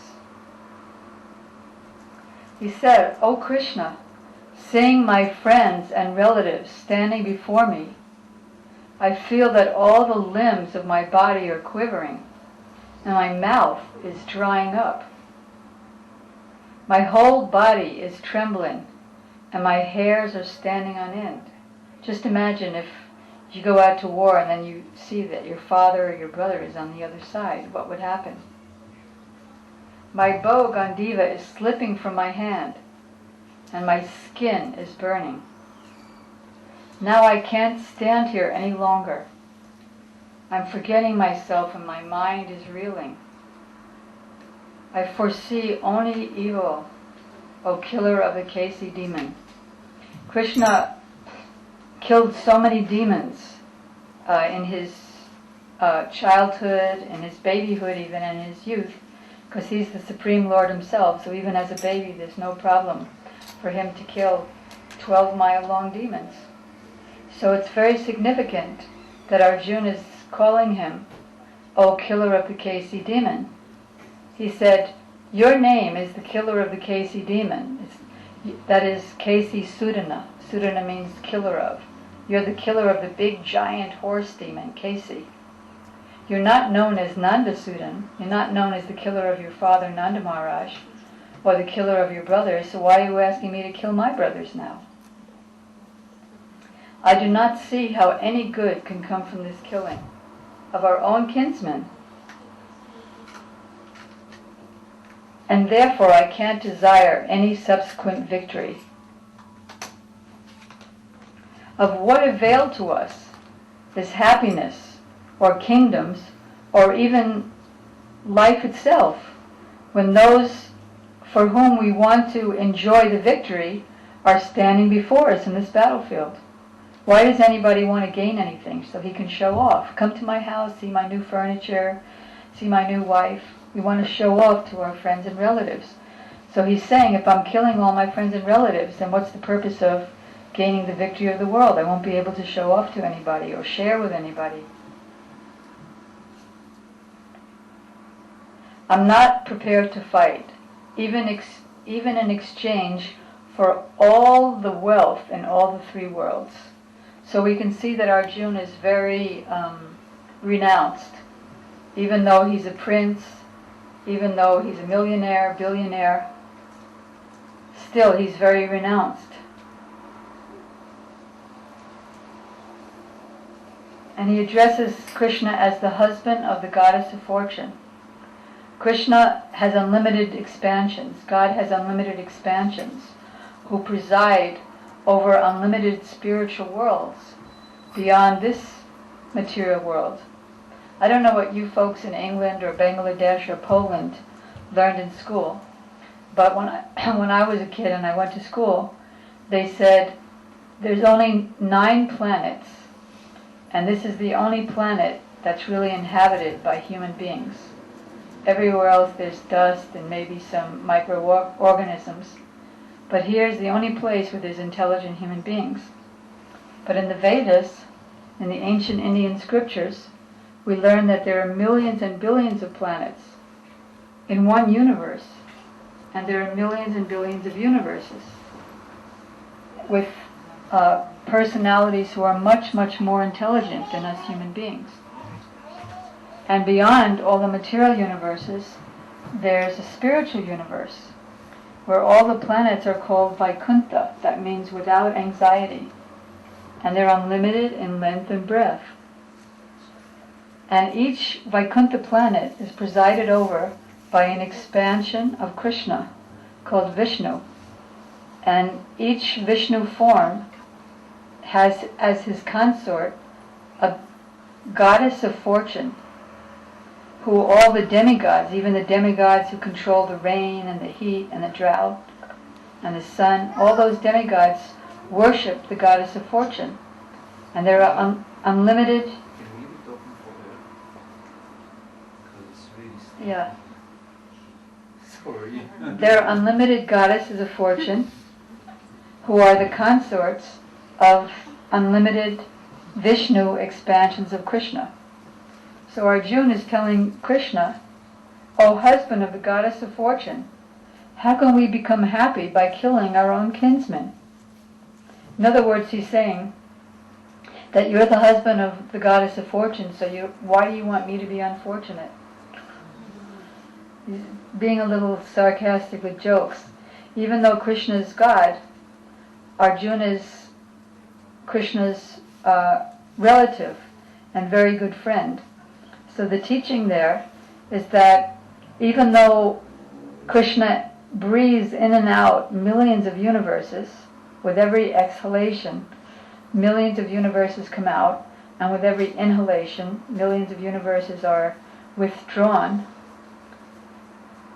And these incarnations, Vishnu, who breathes in and out the universe, is only 1/5 of a portion of Krishna. A portion of a portion of a portion of a portion of a portion, 5 times removed. So Krishna is so great, and we're very tiny. But if we become Krishna's devotees, then we have an intimate relationship with him. Just like, say, let's take your toe. Your toe is very small and insignificant. It's the lowest part of the body. And here I am, the body, or me and the body.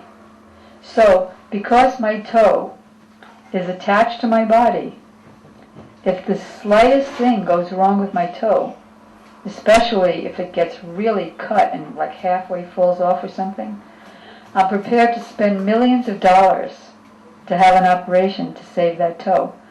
And if it just gets stubbed, then immediately all my attention goes to my toe, and I don't know anything else but that toe. Similarly, even though we're all tiny, little, teeny, insignificant living entities, and there are unlimited of us, not only in the human form, but in birds and beasts and trees and all the millions of planets, if we become a surrendered soul to Krishna like Arjuna and a very dear friend, then Krishna gives all his attention to us. He's so great, he's so complete, that although so many complete units emanate from him, like this material cosmic manifestation, he remains the complete balance. So therefore he can give himself fully to one person, and he remains complete and full to give himself to the next person. So Arjuna is talking with Krishna in this intimate way. He said, although these men, overtaken by greed, that is his cousin brothers, although they see no fault in destroying a family and quarreling with friends, why should we, who are in knowledge of the sin, engage in such activities? And then he goes on to explain how with the destruction of a dynasty, then there's nobody to protect the ladies, and all unscrupulous men will exploit the ladies, and then there'll be unwanted population, and unwanted population means quarreling and wars all over the world. So he's giving so many arguments. I've heard from the disciplic succession, Arjuna tells Krishna, that those who destroy family tradition, they dwell in hell. And it's a fact also in a certain portion of the Vedic literatures, for those who are not eligible for pure devotion to God, they're taught that moral principles and proper relationships with families is the highest perfection. In fact, it's stated in one of the scriptures regarding material pious life, that if one does not take care of his father properly, if one does not serve his father, then he will have to, even if he goes to heaven, he'll have to eat his own flesh. So when Krishna's expansion, Lord Ramchandra came to this world 5,000 millions of years ago and performed his beautiful divine activities, he was staying at the ashram of Augusta Rishi, and while they were talking, a very beautiful celestial airplane flew down from heaven, very full of jewels and very brilliant and effulgent, and this very lovely man, looking like he's not from this planet, very celestial, wearing crown, very opulent. He came out of the airplane, he walked over to the side of the river, and there was a dead body lying there, and he started eating that dead body. So Lord Ram said to the sage, "What's going on here?" So the sage explained that he didn't take care of his father, and so by the Vedic injunction he had to come and eat his own flesh of his previous dead body. So Lord Ram said, "Oh yes, that shows me I should continue to serve the mission of my father. I'm doing the right thing." So unless one is a devotee, then he's bound by Vedic injunctions to serve in the most moral way. So these are the arguments that Arjuna is giving to Krishna. How strange it is, Arjuna said, that we are preparing to commit greatly sinful acts driven by the desire to enjoy royal happiness. It would be better if the sons of Dhritarashtra were to kill me, unarmed and unresisting, rather than fight with them. So he's being non-violent and very moralistic. Thus, after he said everything, he just plopped down on his chariot, couldn't even stand, and said, "Oh Govinda." Govinda is another name of Krishna, meaning the one who gives pleasure to all the senses. In fact, why did he call Krishna Govinda? Govinda, you're supposed to be the one who gives pleasure to all the senses, but you're not giving me any pleasure. You're not giving my senses any pleasure. So he's playing the part. Arjuna and Krishna are like in a theatrical performance, playing the part, because actually Arjuna could never be an illusion. Krishna's devotees could never be bewildered by the bodily conception of life or attachment to material, society, friendship, and love over his devotion to Krishna. But they're acting for our benefit. So, oh Govinda, you're supposed to be the one who gives pleasure to the senses, but you're not giving any pleasure to my senses here. So our Srila Prabhupada explains in the purport that what it means that Govinda is the giver of pleasure to the senses is that if you serve Krishna, then automatically, if you serve Krishna's senses, Hrishikena Hrishikesha Sevanam Bhaktir Uchate. If you serve Krishna's senses with all of your senses, then your senses will become pleased and perfect and purified, so much so that you can see the kingdom of God face to face.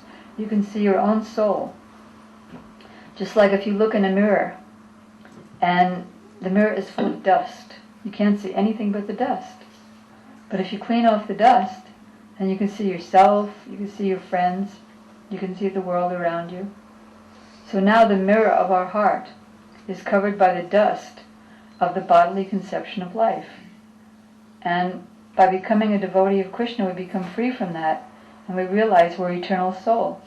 And then we see everyone as soul, and then we love everybody without discrimination, even the trees, even the ants, even the fish. So, he said, he was overwhelmed with grief, and he said, I'm not fighting. So now let's see what Krishna's reply is. Very interesting. We'll be discussing now, that was how chapter 1 ended. So now we'll be reading chapter 2, which is Krishna's reply. Sanjaya said, Sanjaya is, you see that personality in the red turban and the red shawl, chadar? So he is the secretary of the blind king Dhritarashtra, who is the father of all the people on the bad guy's side. And they're against Krishna's devotees, and they unlawfully usurp the kingdom and try to use it for their own purposes. So Sanjaya is relating to Dhritarashtra what's happening on the battlefield.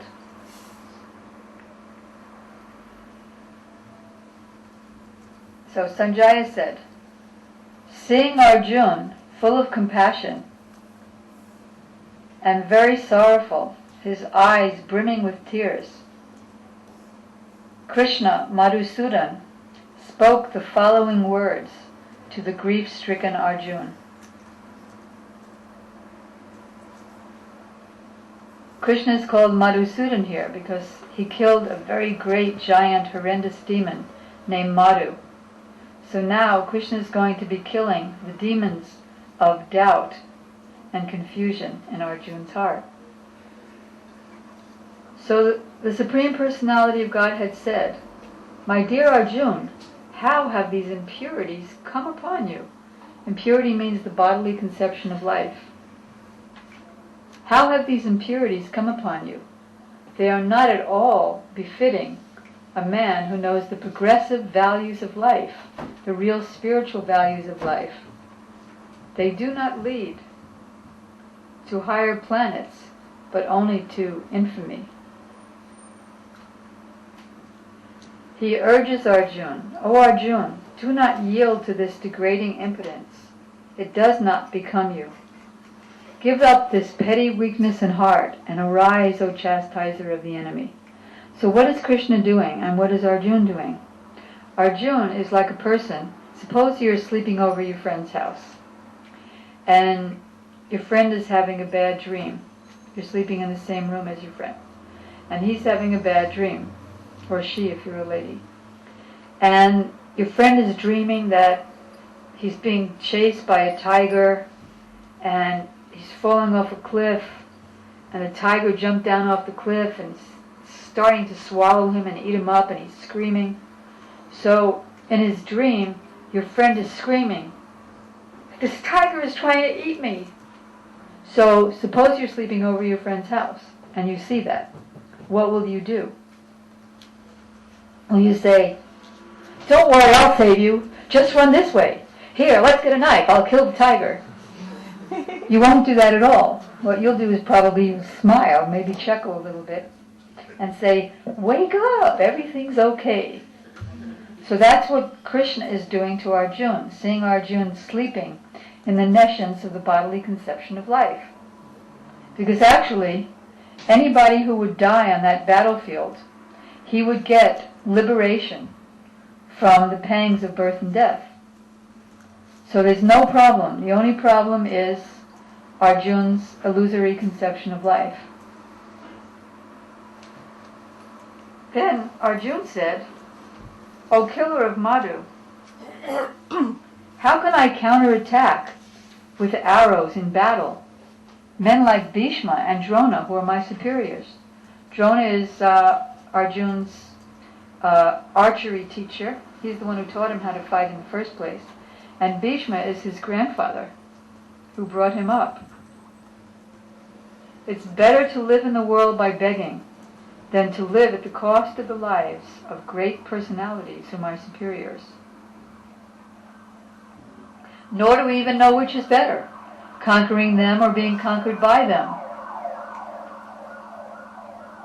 The sons of Dhritarashtra, whom if we killed we will not care to live, are standing before us on this battlefield. Now Arjuna realizes that he's confused. He says, now I'm confused about my duty, and I have lost all composure due to weakness. Now, O Krishna, please tell me what is best for me. Now I am your disciple, and a soul surrendered unto you. Please instruct me. So when they were talking as friends, then it was just a back and forth. But now, Arjuna realizes that I'm not getting anywhere. I'm saying all my arguments, but my arguments aren't making me happy. My conception of my life, who I am, is not making me happy. So he says, okay, now I surrender. Now instruct me. So as soon as Arjuna surrendered, now he's going to be getting very, very good advice. And in here, in this second chapter, our spiritual master Srila Prabhupada explains that one should accept Krishna as his spiritual master. And when Krishna is not so-called physically present, then one should accept a bona fide representative of Krishna who is as good as Krishna. And what does it mean to be as good as Krishna? He's 100% Krishna conscious. One who is 100% Krishna conscious develops the same qualities as Krishna. Even though he's not God, he manifests and develops the qualities of God. Just like, suppose you take birth in a very, very rich family. You just took birth there. So what happens? You're going to be rich. And if the family is beautiful, you're going to be beautiful. So anyone who enters into Krishna's family of surrendered souls, he shares with God God's qualities.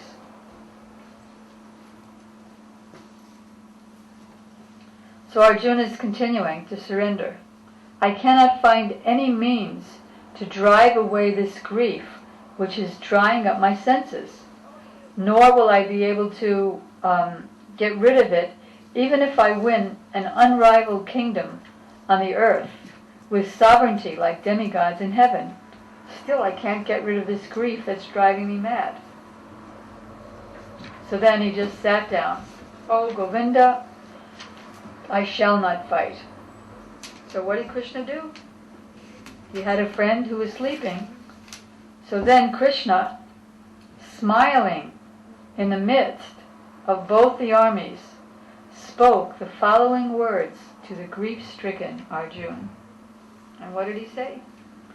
Sri Bhagavan Uvacha Vasochantan Vasochan Svam Pragyavadams Cha Bhashase Katasan Agatasans Cha Nanusochanti Panditaha. The Blessed Lord said, while speaking learned words, Arjuna, about sin and family tradition and protection of the women and compassion and non-violence, while speaking learned words, you are mourning for what is not worthy of grief. For the wise lament neither for the living nor for the dead. Because never was there a time Natvevaham jatunasam natvam me janarshapa nachaiva nabhavisyama sarve vayamatakparam. Never was there a time that I did not exist, nor you, nor all these kings, people, all of you. And nor in the future will any of us cease to be. Then he continues. Everybody together. Dehi nosmin jata dehi komaram jovanam jaha tata dehantaram prapti dhirasatranamukhyati. As the embodied soul continually passes in this body, well, you say the rest, I forgot it.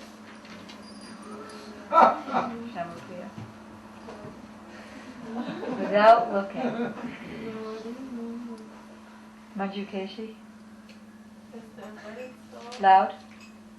You're on TV.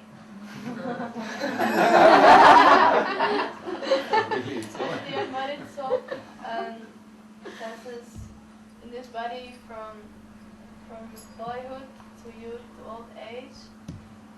Similarly, the soul is going from body to other body at the time of that, and a self-realized soul is not disturbed.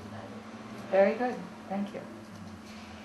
As the embodied soul continually passes in this body from childhood to youth to old age, similarly, at the time of death, he passes to a completely new body, and the self-realized soul is not bewildered by such a change. Just like, what's your name? Premananda, good name. So, when you were a baby once, and you had a 2-year-old body, right? Where is that 2-year-old body? Is it there? Where is your 2-year-old body? It's nowhere to be seen, is it? Actually, I don't understand you. Oh, before, you were 2 years old, Yeah. right? Yeah, of course.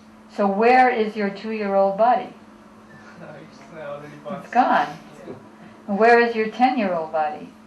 No. Huh? Yeah. Your 10-year-old body. 10 years. Passed. It's gone. But are you gone? No, you're still here. So you must not have been that body. Right? Yeah. And in 30 years, when you're maybe 60, how old are you now? 30? 25? Yeah, 25. So where will this 25-year-old body be in another 25 years? It won't be here anymore, but you'll still be here. So Krishna is saying, including the time of death, we're also not finished. We go on to the next body. Since the beginning of time, we've been going from body to body to body. Transfer. I'm sorry? Transfer. Transfer. Good. then he continues, so since you're not the body, Arjuna, why are you getting so upset?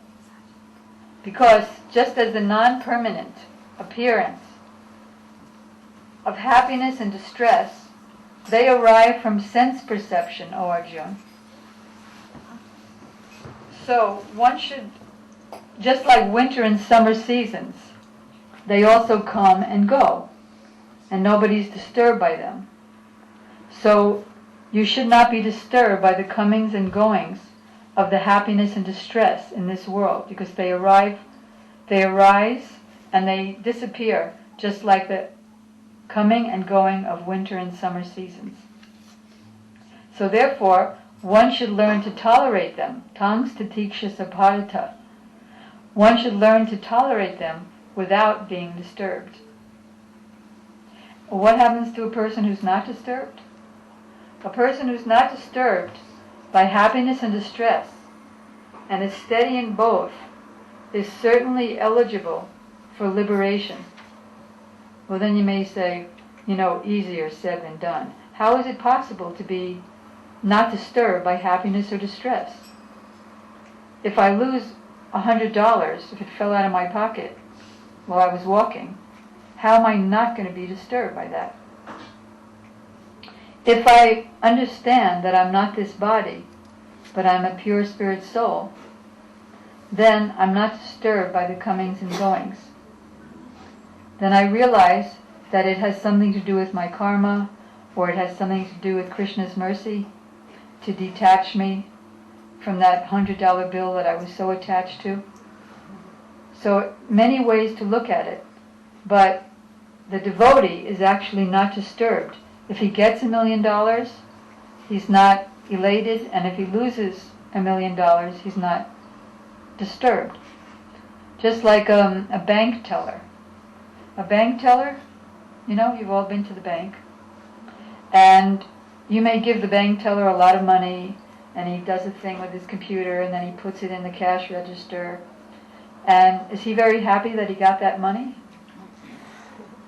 And then if he gives you $5,000, is he very sad that he's just given you $5,000? No. If he was, we'd think he was crazy. So similarly, although we can't imagine it now, being so free from the comings and goings, when we chant Hare Krishna and offer our food to Krishna and read about Krishna and sing about Krishna and become Krishna's devotee, then we can see that actually this material world is very insignificant because he has something much, much better. If I don't have something better, then naturally I'll be attached. But if I have something 1,000,000 times better, then what do I care if I lose a penny? Those who are seers of the truth have concluded that of the non-existent there's no endurance, and of the existent there's no cessation. This seers have concluded by studying the nature of both. In normal English terms, this means that the body will never last very long, and the soul, which is our real self, it will never stop. So why give all of our attention to something that's at every moment decaying, when we should give attention to our real self, which is eternal, and which we now can't experience? And if we don't give attention to it, then we'll have to suffer birth, old age, disease, and then death, and then we don't know where we're going next. Know, Krishna says, that which pervades the entire body is indestructible. No one can destroy the imperishable soul. Only the material body of the imperishable, immeasurable, indestructible soul is subject to destruction. Therefore, don't be disturbed. Just like, suppose, Premananda Prabhu, that you take off your shirt and put it in the washing machine. Would you get all bent out of shape if when your clothes get all bent out of shape in the washing machine, and your clothes are drowning in the soap suds? and getting all wrinkled, you say, oh no, I'm getting wrinkled. No. Is my English clear? Yeah. So similarly, one who's actually situated on the platform of transcendence or Krishna consciousness, he's not even aware of whether his body is on or off, any more than a drunk person knows whether his coat is on or off. He who thinks that the living entity is the slayer or is slain is not aware of the truth. So does that mean that I can just kill somebody because Krishna is telling me I'm not your body? So I could just, what's your name? Dominique. Okay, nice name. I can just insult Dominique and I could punch him and say, no problem, he's not the body. Don't criticize me for hurting him. Here's an analogy that will explain the answer to that. Suppose there's a soldier in the war, and under the direction of the generals and the captains, this soldier kills so many men. What happens when he returns home? He gets a medal, right? So then you think, well, this is pretty good. And then he goes and kills somebody else who he's hated for so many years, and he thought, wow, now's my chance. I learned worship, and now I'll just kill him. And then what happens? Does he get a medal? No, they send him to the electric chair. Because he killed that one person on his own. So if Krishna is ordering to kill, and he's personally there, then there's no problem, because those people will get liberation. And they may even attain Krishna himself.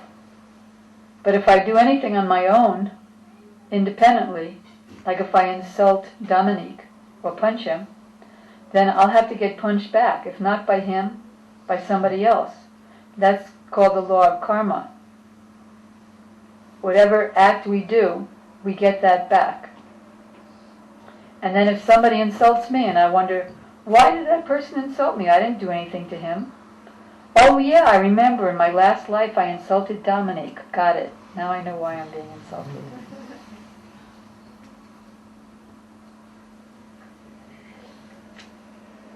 Then Krishna continues. How can a person who knows that the soul is indestructible, imperishable, eternal, and immutable, kill anyone or cause anyone to kill? Then he gives another very good example. Just as a person accepts new garments, giving up the old and useless ones, so similarly at the time of death, the person gives up the old body and takes a new one. Do we ever be disturbed if our clothes get too old and then we take it off? Never get disturbed. We can't imagine such a condition now, can we? I can't. But Krishna is promising realization of this if we chant Hare Krishna with sincerity, sing his glories, read about him, hear about him, speak about him to others, engage all of our senses in his service, then all of our senses become so happy. The soul can never be cut to pieces by any weapon, nor can it be withered by the wind, nor moistened by water,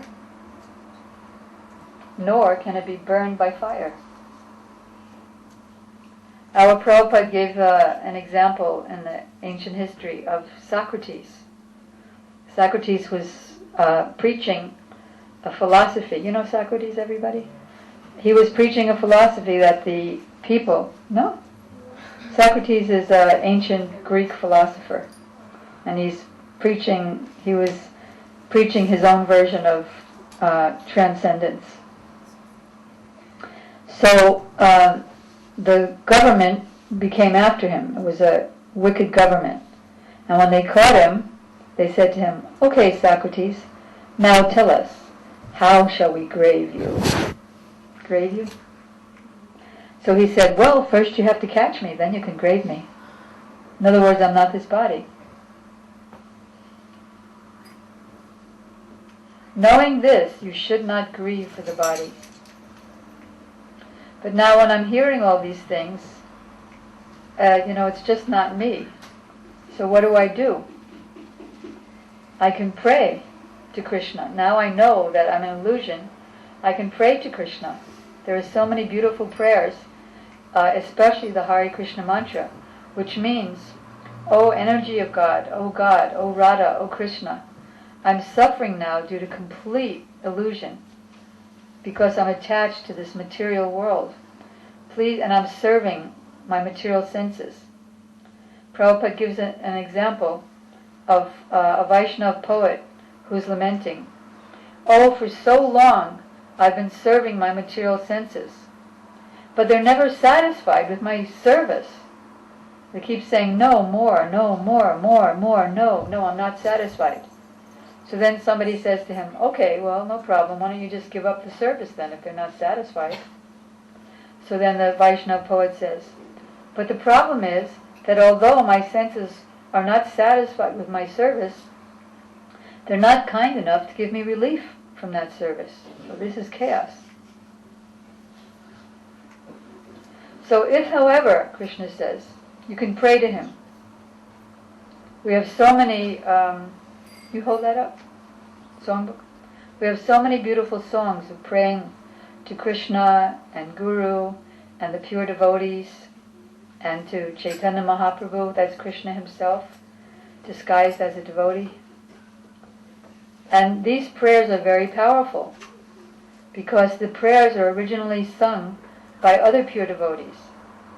And Krishna, when he hears the prayer of his pure devotee, he'll immediately start listening. So if we pray their prayers, then we'll get that result and we can become free. Then he's trying to help Arjuna understand further. He said, O Arjuna, for one who has taken birth, death is certain. And for one who dies, birth is certain. Therefore, in the unavoidable discharge of your duty, you should not lament. All created beings are manifest in the beginning, unmanifest in the beginning, before this body, then manifest in the interim stage, and then unmanifest again. So why should you lament for that, for the changes? Some look upon the soul as amazing, some hear about the soul as amazing, some describe him as amazing, but still no one understands him. But yet, that is us inside. The soul is more beautiful than anything that anybody could possibly imagine on earth, and more powerful than any one that you could possibly imagine, not only on earth but in heavens. Like there's a sun god who makes the sun rise and set every day, and all the planets rotate around the sun, we learn in school. And there's a rain god that makes it rain. So our soul is even more powerful than that, millions of times more powerful. Just we're in so much illusion that we think that we're this tiny, terribly full of misery thing that takes birth, terrible birth, and 9 months in the womb, being bitten by the insects within the mother's body and bacteria within the mother's body, and all the gushy stuff in the mother's body, can't breathe, then comes out upside down. First thing is he's slapped around by the doctor. He comes out half dead, screaming in pain.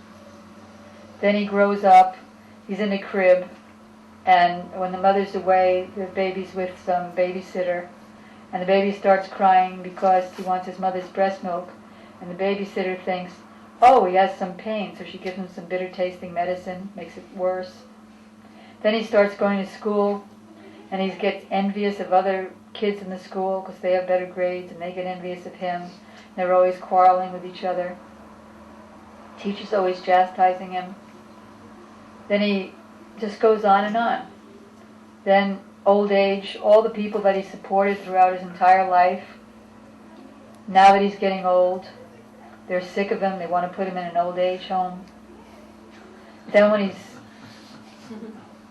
he's dying, all the relatives are surrounding him, weeping, and his eyes pop out of their sockets. Why? Because what's he seeing? He's seeing the constables of Yamaraj, the god of death, coming to take him. And where is he going? They all think that he's finished, but where is he going? For all of his sinful activities, even unknowing sinful activities, like stepping on an ant, he has to suffer. Unknowingly or knowingly, one has to suffer. If he's had a illicit sex life, he had lots of girlfriends, illicit sex life. So what happens? He has to go to a planet where he has to embrace a molten hot iron opposite sex and forced to embrace her. And at the same time that he's embracing her, he's getting whipped by the constables of the god of death. Or if he liked to drink alcohol, beer, then he has to drink hot molten iron. And that's the interim stage before he gets the next body. If he ate animals and he has to become a worm and in a planet called Creamy Bojanam, and he has to be a worm and eat other worms and they eat him. It's really terrible. And the Vedas tell us all about these things. Otherwise, how would we know? So we're so lucky that we get to find out what's really happening, because these eyes that we have, they're just like peacock feather eyes. Peacock feather is beautiful. Do you have any peacock feathers here? Krishna's turban, you see a peacock feather. Very beautiful, colorful. Like, what is that? That blue, what do you call it? Eyeshadow. Very beautiful peacock feather, but it cannot see anything. So the eyes that don't see the personality of Godhead are just like the eyes of a peacock feather. So we're very fortunate that we're being given eyes by the Shastra, by the scriptures. And therefore our teachers teach us that we should be Shastra Chaksus, or we shouldn't try to see through these peacock feather eyes, but we should see through the eyes of the scripture, or see through the eye of knowledge. And Arjuna was worried. See, he had his material logic, but nobody can defeat Krishna, so might as well surrender. Arjuna's logic was that, see, all these are my friends and relatives, cousins, uncles, grandfather. So if I don't kill them, and we just all live together, then I'll be happy, they'll love me, I'll love them. So Krishna said, no, that's not what's going to happen at all. He said, if you don't fight this religious war, then you'll certainly incur sin by neglecting your duties in a religious war. And you'll lose your reputation as a fighter. And all these relatives that you want to spare, they'll all laugh at you and make you infamous. They won't respect you at all. So Krishna is the embodiment of past, present, and future. So nobody can outsmart Krishna. I was once in our spiritual master, Srila Prabhupada's house in New Jersey in 1967. He had a house there for a couple of weeks. And he took us into one of the rooms. You want to sit on a chair? Premananda? Yeah. Do you want to sit on a chair? No, it's okay. You're okay? Okay. Okay. So Prabhupada took us into one of the rooms where there's a picture of Mother Yasoda chastising Krishna because he was stealing butter and yogurt. And his friends were... One time, I did not see in Bhagavatam, that we had been attacked by one ferocious demon. Then, which demon? Then he said, oh, hunger. We're very, very hungry. And now, coming into our nostrils is this very, very sweet smell coming from this towel plantation. And it's also going into our stomach. So please help us to relieve this problem. So then they went to this plantation, and this was taken care of by an associate of Kamsa called Dhenukasura.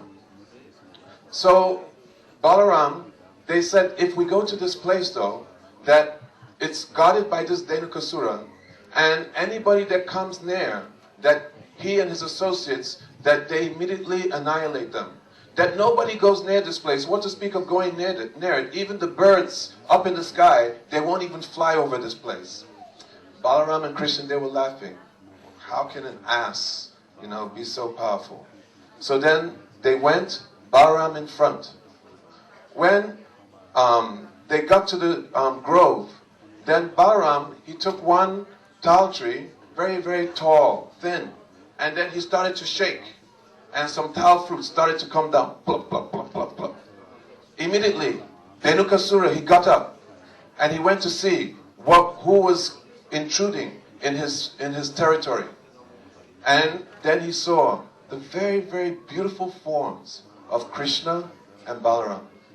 Krishna with his very beautiful peacock feather, his pitambra, his golden yellow shawl, and next to him, Baladev, in front by the tree, with his very beautiful white complexion, blue dhoti. Seeing immediately Dhenukasura, he charged towards Baladev, and then jumping, this ass demon with his hind legs, both legs, with a very, very heavy push, he just kicked Baladev in his chest. But Baladev was just standing there and not at all moved, not at all fazed. Dhenukasura, he looked, he was amazed. Then again he went up to Baladev and then he turned round. And then he lifted up his hind legs and again he kicked him. But this time when he went to kick, Baladev very easily just caught hold of his legs with one hand and then just started to swing him round in a centrifugal way. And then he just took him and tossed him up towards a tal tree. Before this demon even reached the top of the tree, his life air had left. His body hit the tree, and then so many fruits started to come down. The tree also broke, and it fell and it hit one tree. And from the weight of that and the demon, that tree also broke and fell and hit another tree, and then another tree, and another tree. And in this way, the trees were just scattered all over the place in such a short time.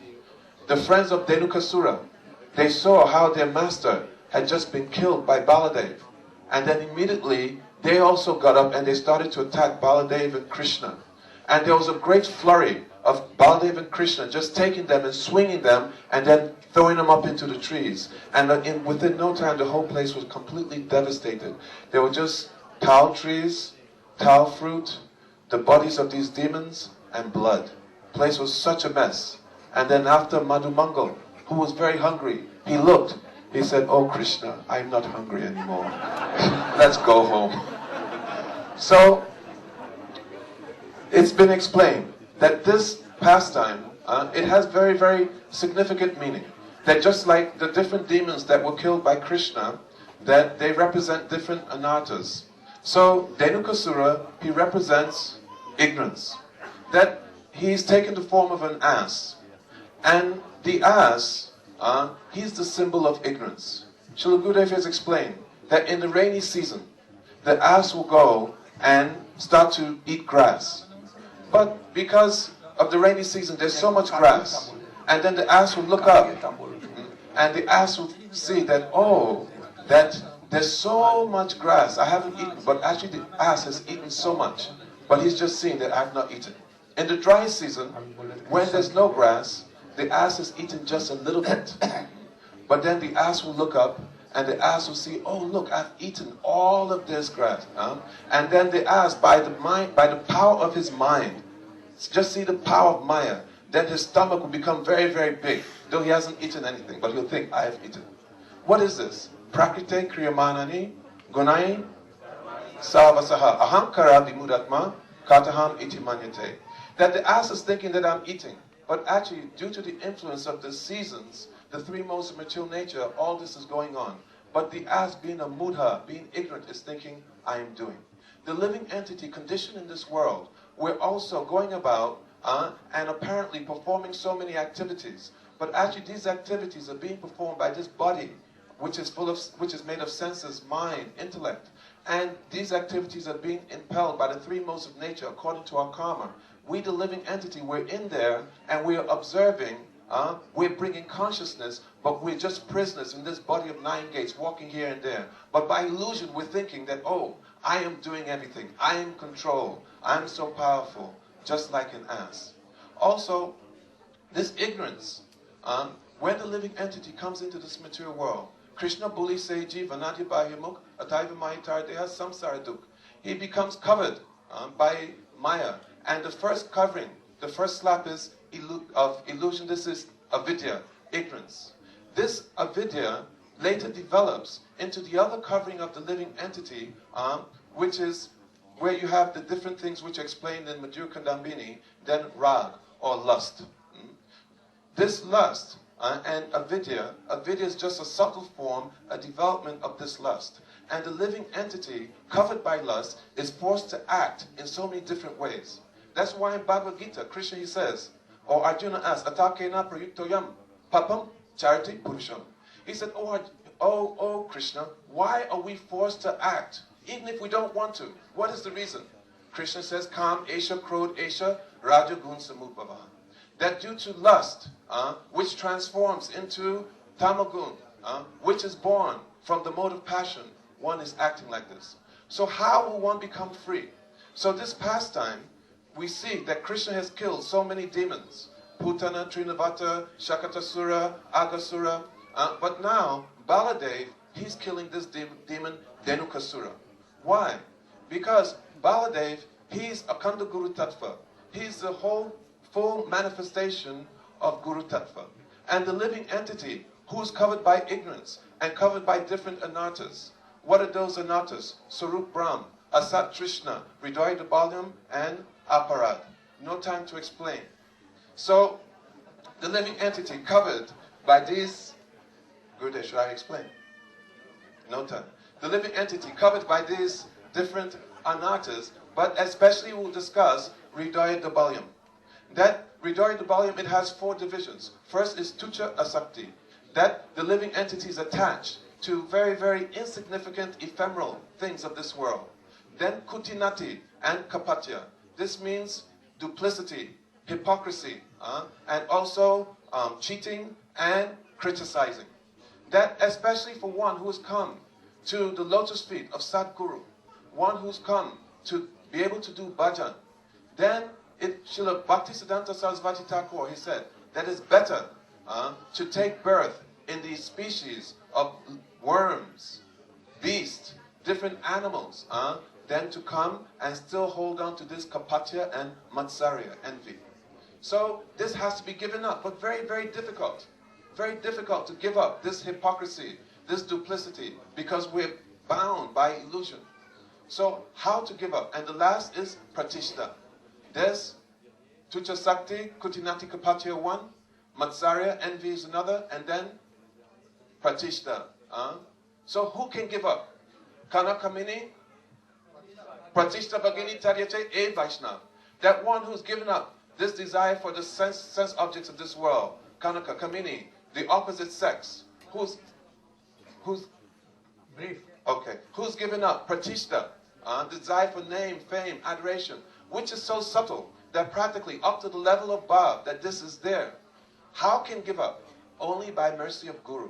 So, Baladev, he comes, and he's killing this demon, because these anartas, especially this anarta, this will be removed when we take that attachment, which is born of ignorance, that we have for this material world, for the objects of this world, for our mother, for our wife, for children, for different things. And then we take that attachment and then we place it at the lotus feet of Guru. That love and affection, now we give it fully to Guru. Then Guru, he is Sadhu Vaidya. He's a transcendental physician. Then he can perform the operation. Baladev, he comes with a plow. And with this plow, he's rooting up the weeds which are in the field. And similarly, he's rooting up the anartas which are within the field of the heart. And Guru, he's doing this. He's Nityananda Prakash, Baladev Prakash. He's a manifestation of Baladev who's coming and he's mercifully making the field fertile. But for that field to be fertile, we have to offer it to Gurudev. But because we're conditional, our offering is conditional. So we have to keep on offering and offering and offering and offering. So that Gurudev can keep on performing that operation and make the heart nice and clean. So that Bhakti Lata Bij, which is being planted by Guru Mercy, so that this will grow very, very, very nice. So how he's giving his mercy? By his very merciful glance, by his embrace, by his wishes, and especially Satam Prasangam Mamudveya Samvido Bhavanti Ritkana Rasayana Kata Tat Joshanat Ashu Apavagavatmani Chararati Bhakti Anukrumismi.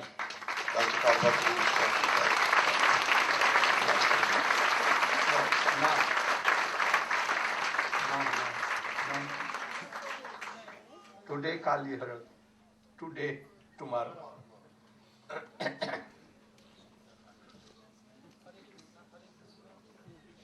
Hare Krishna. Yesterday, Srila Gurudev mercifully given some initiation. Due to lack of time, we couldn't announce your spiritual name. Today, we'll announce your spiritual name. And some more devotee has requested for initiation. It will take place tomorrow, 8:30 a.m. in Gurudev Bhajan Koti. And for the gents, they have to shave clean hair and clean dhoti. Etc. have to come like other day devotees come. And tomorrow, due to Harinam Sankirtan, fire sacrifice will take place day after tomorrow. And darshan for devotee who left over like France, Italy, Holland, Lithuania, Latvia, Finland, Russia and other countries, day after tomorrow, 10 a.m. here. Hare Krishna. And when Gurudev will announce the spiritual name, please let them listen their name first, then you can clap. Otherwise, you start clapping, they could not listen their name properly. Hare Krishna. Thank you for your cooperation. Hare Krishna. And the devotees who are performing drama, be ready, make all the arrangements just now in a expert way so that nobody is disturbed. We can hear the name announcements. Srila Gurudev has given initiation mercifully to 88 devotees. Some of them have already left. We start with Mirnal Das from Kolkata. Please stand up when we call your name and Srila Gurudev will announce your new spiritual name. Mirnal Das, Prabhu, is here. What? Huh?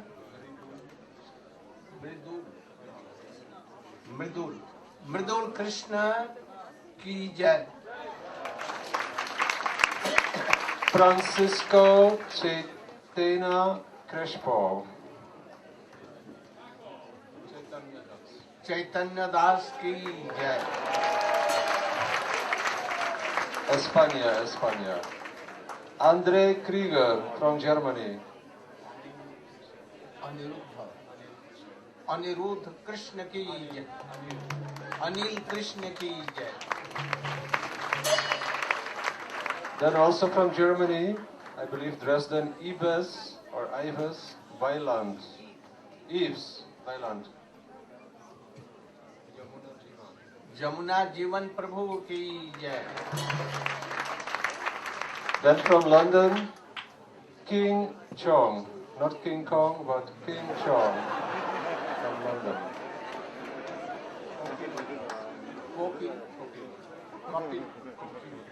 Kokil Das Prabhu ki jai. And from Holland, Huan Ormskerk. Jagmohan Prabhu ki jai. From Nepal, Batu Krishna Das.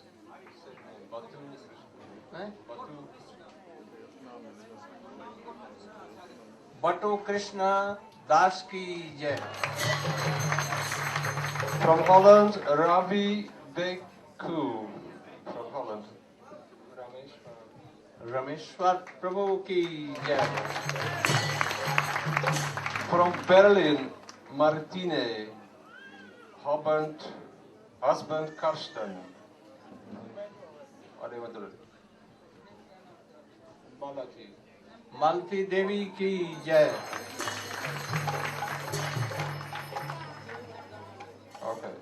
Frank Berlin. Frank is here. Bhajahari. Bhajahari. Bhajahari. Bhajahari Prabhu ki jai. Ravi Bain from England. Ravi. Ravi. Radha Charan. Radha Charan Prabhu ki jai. Matthew Austin from England. Murali Mohan ki jai. From Australia, receiving Harinam and Diksha, Rashma Bhagyani.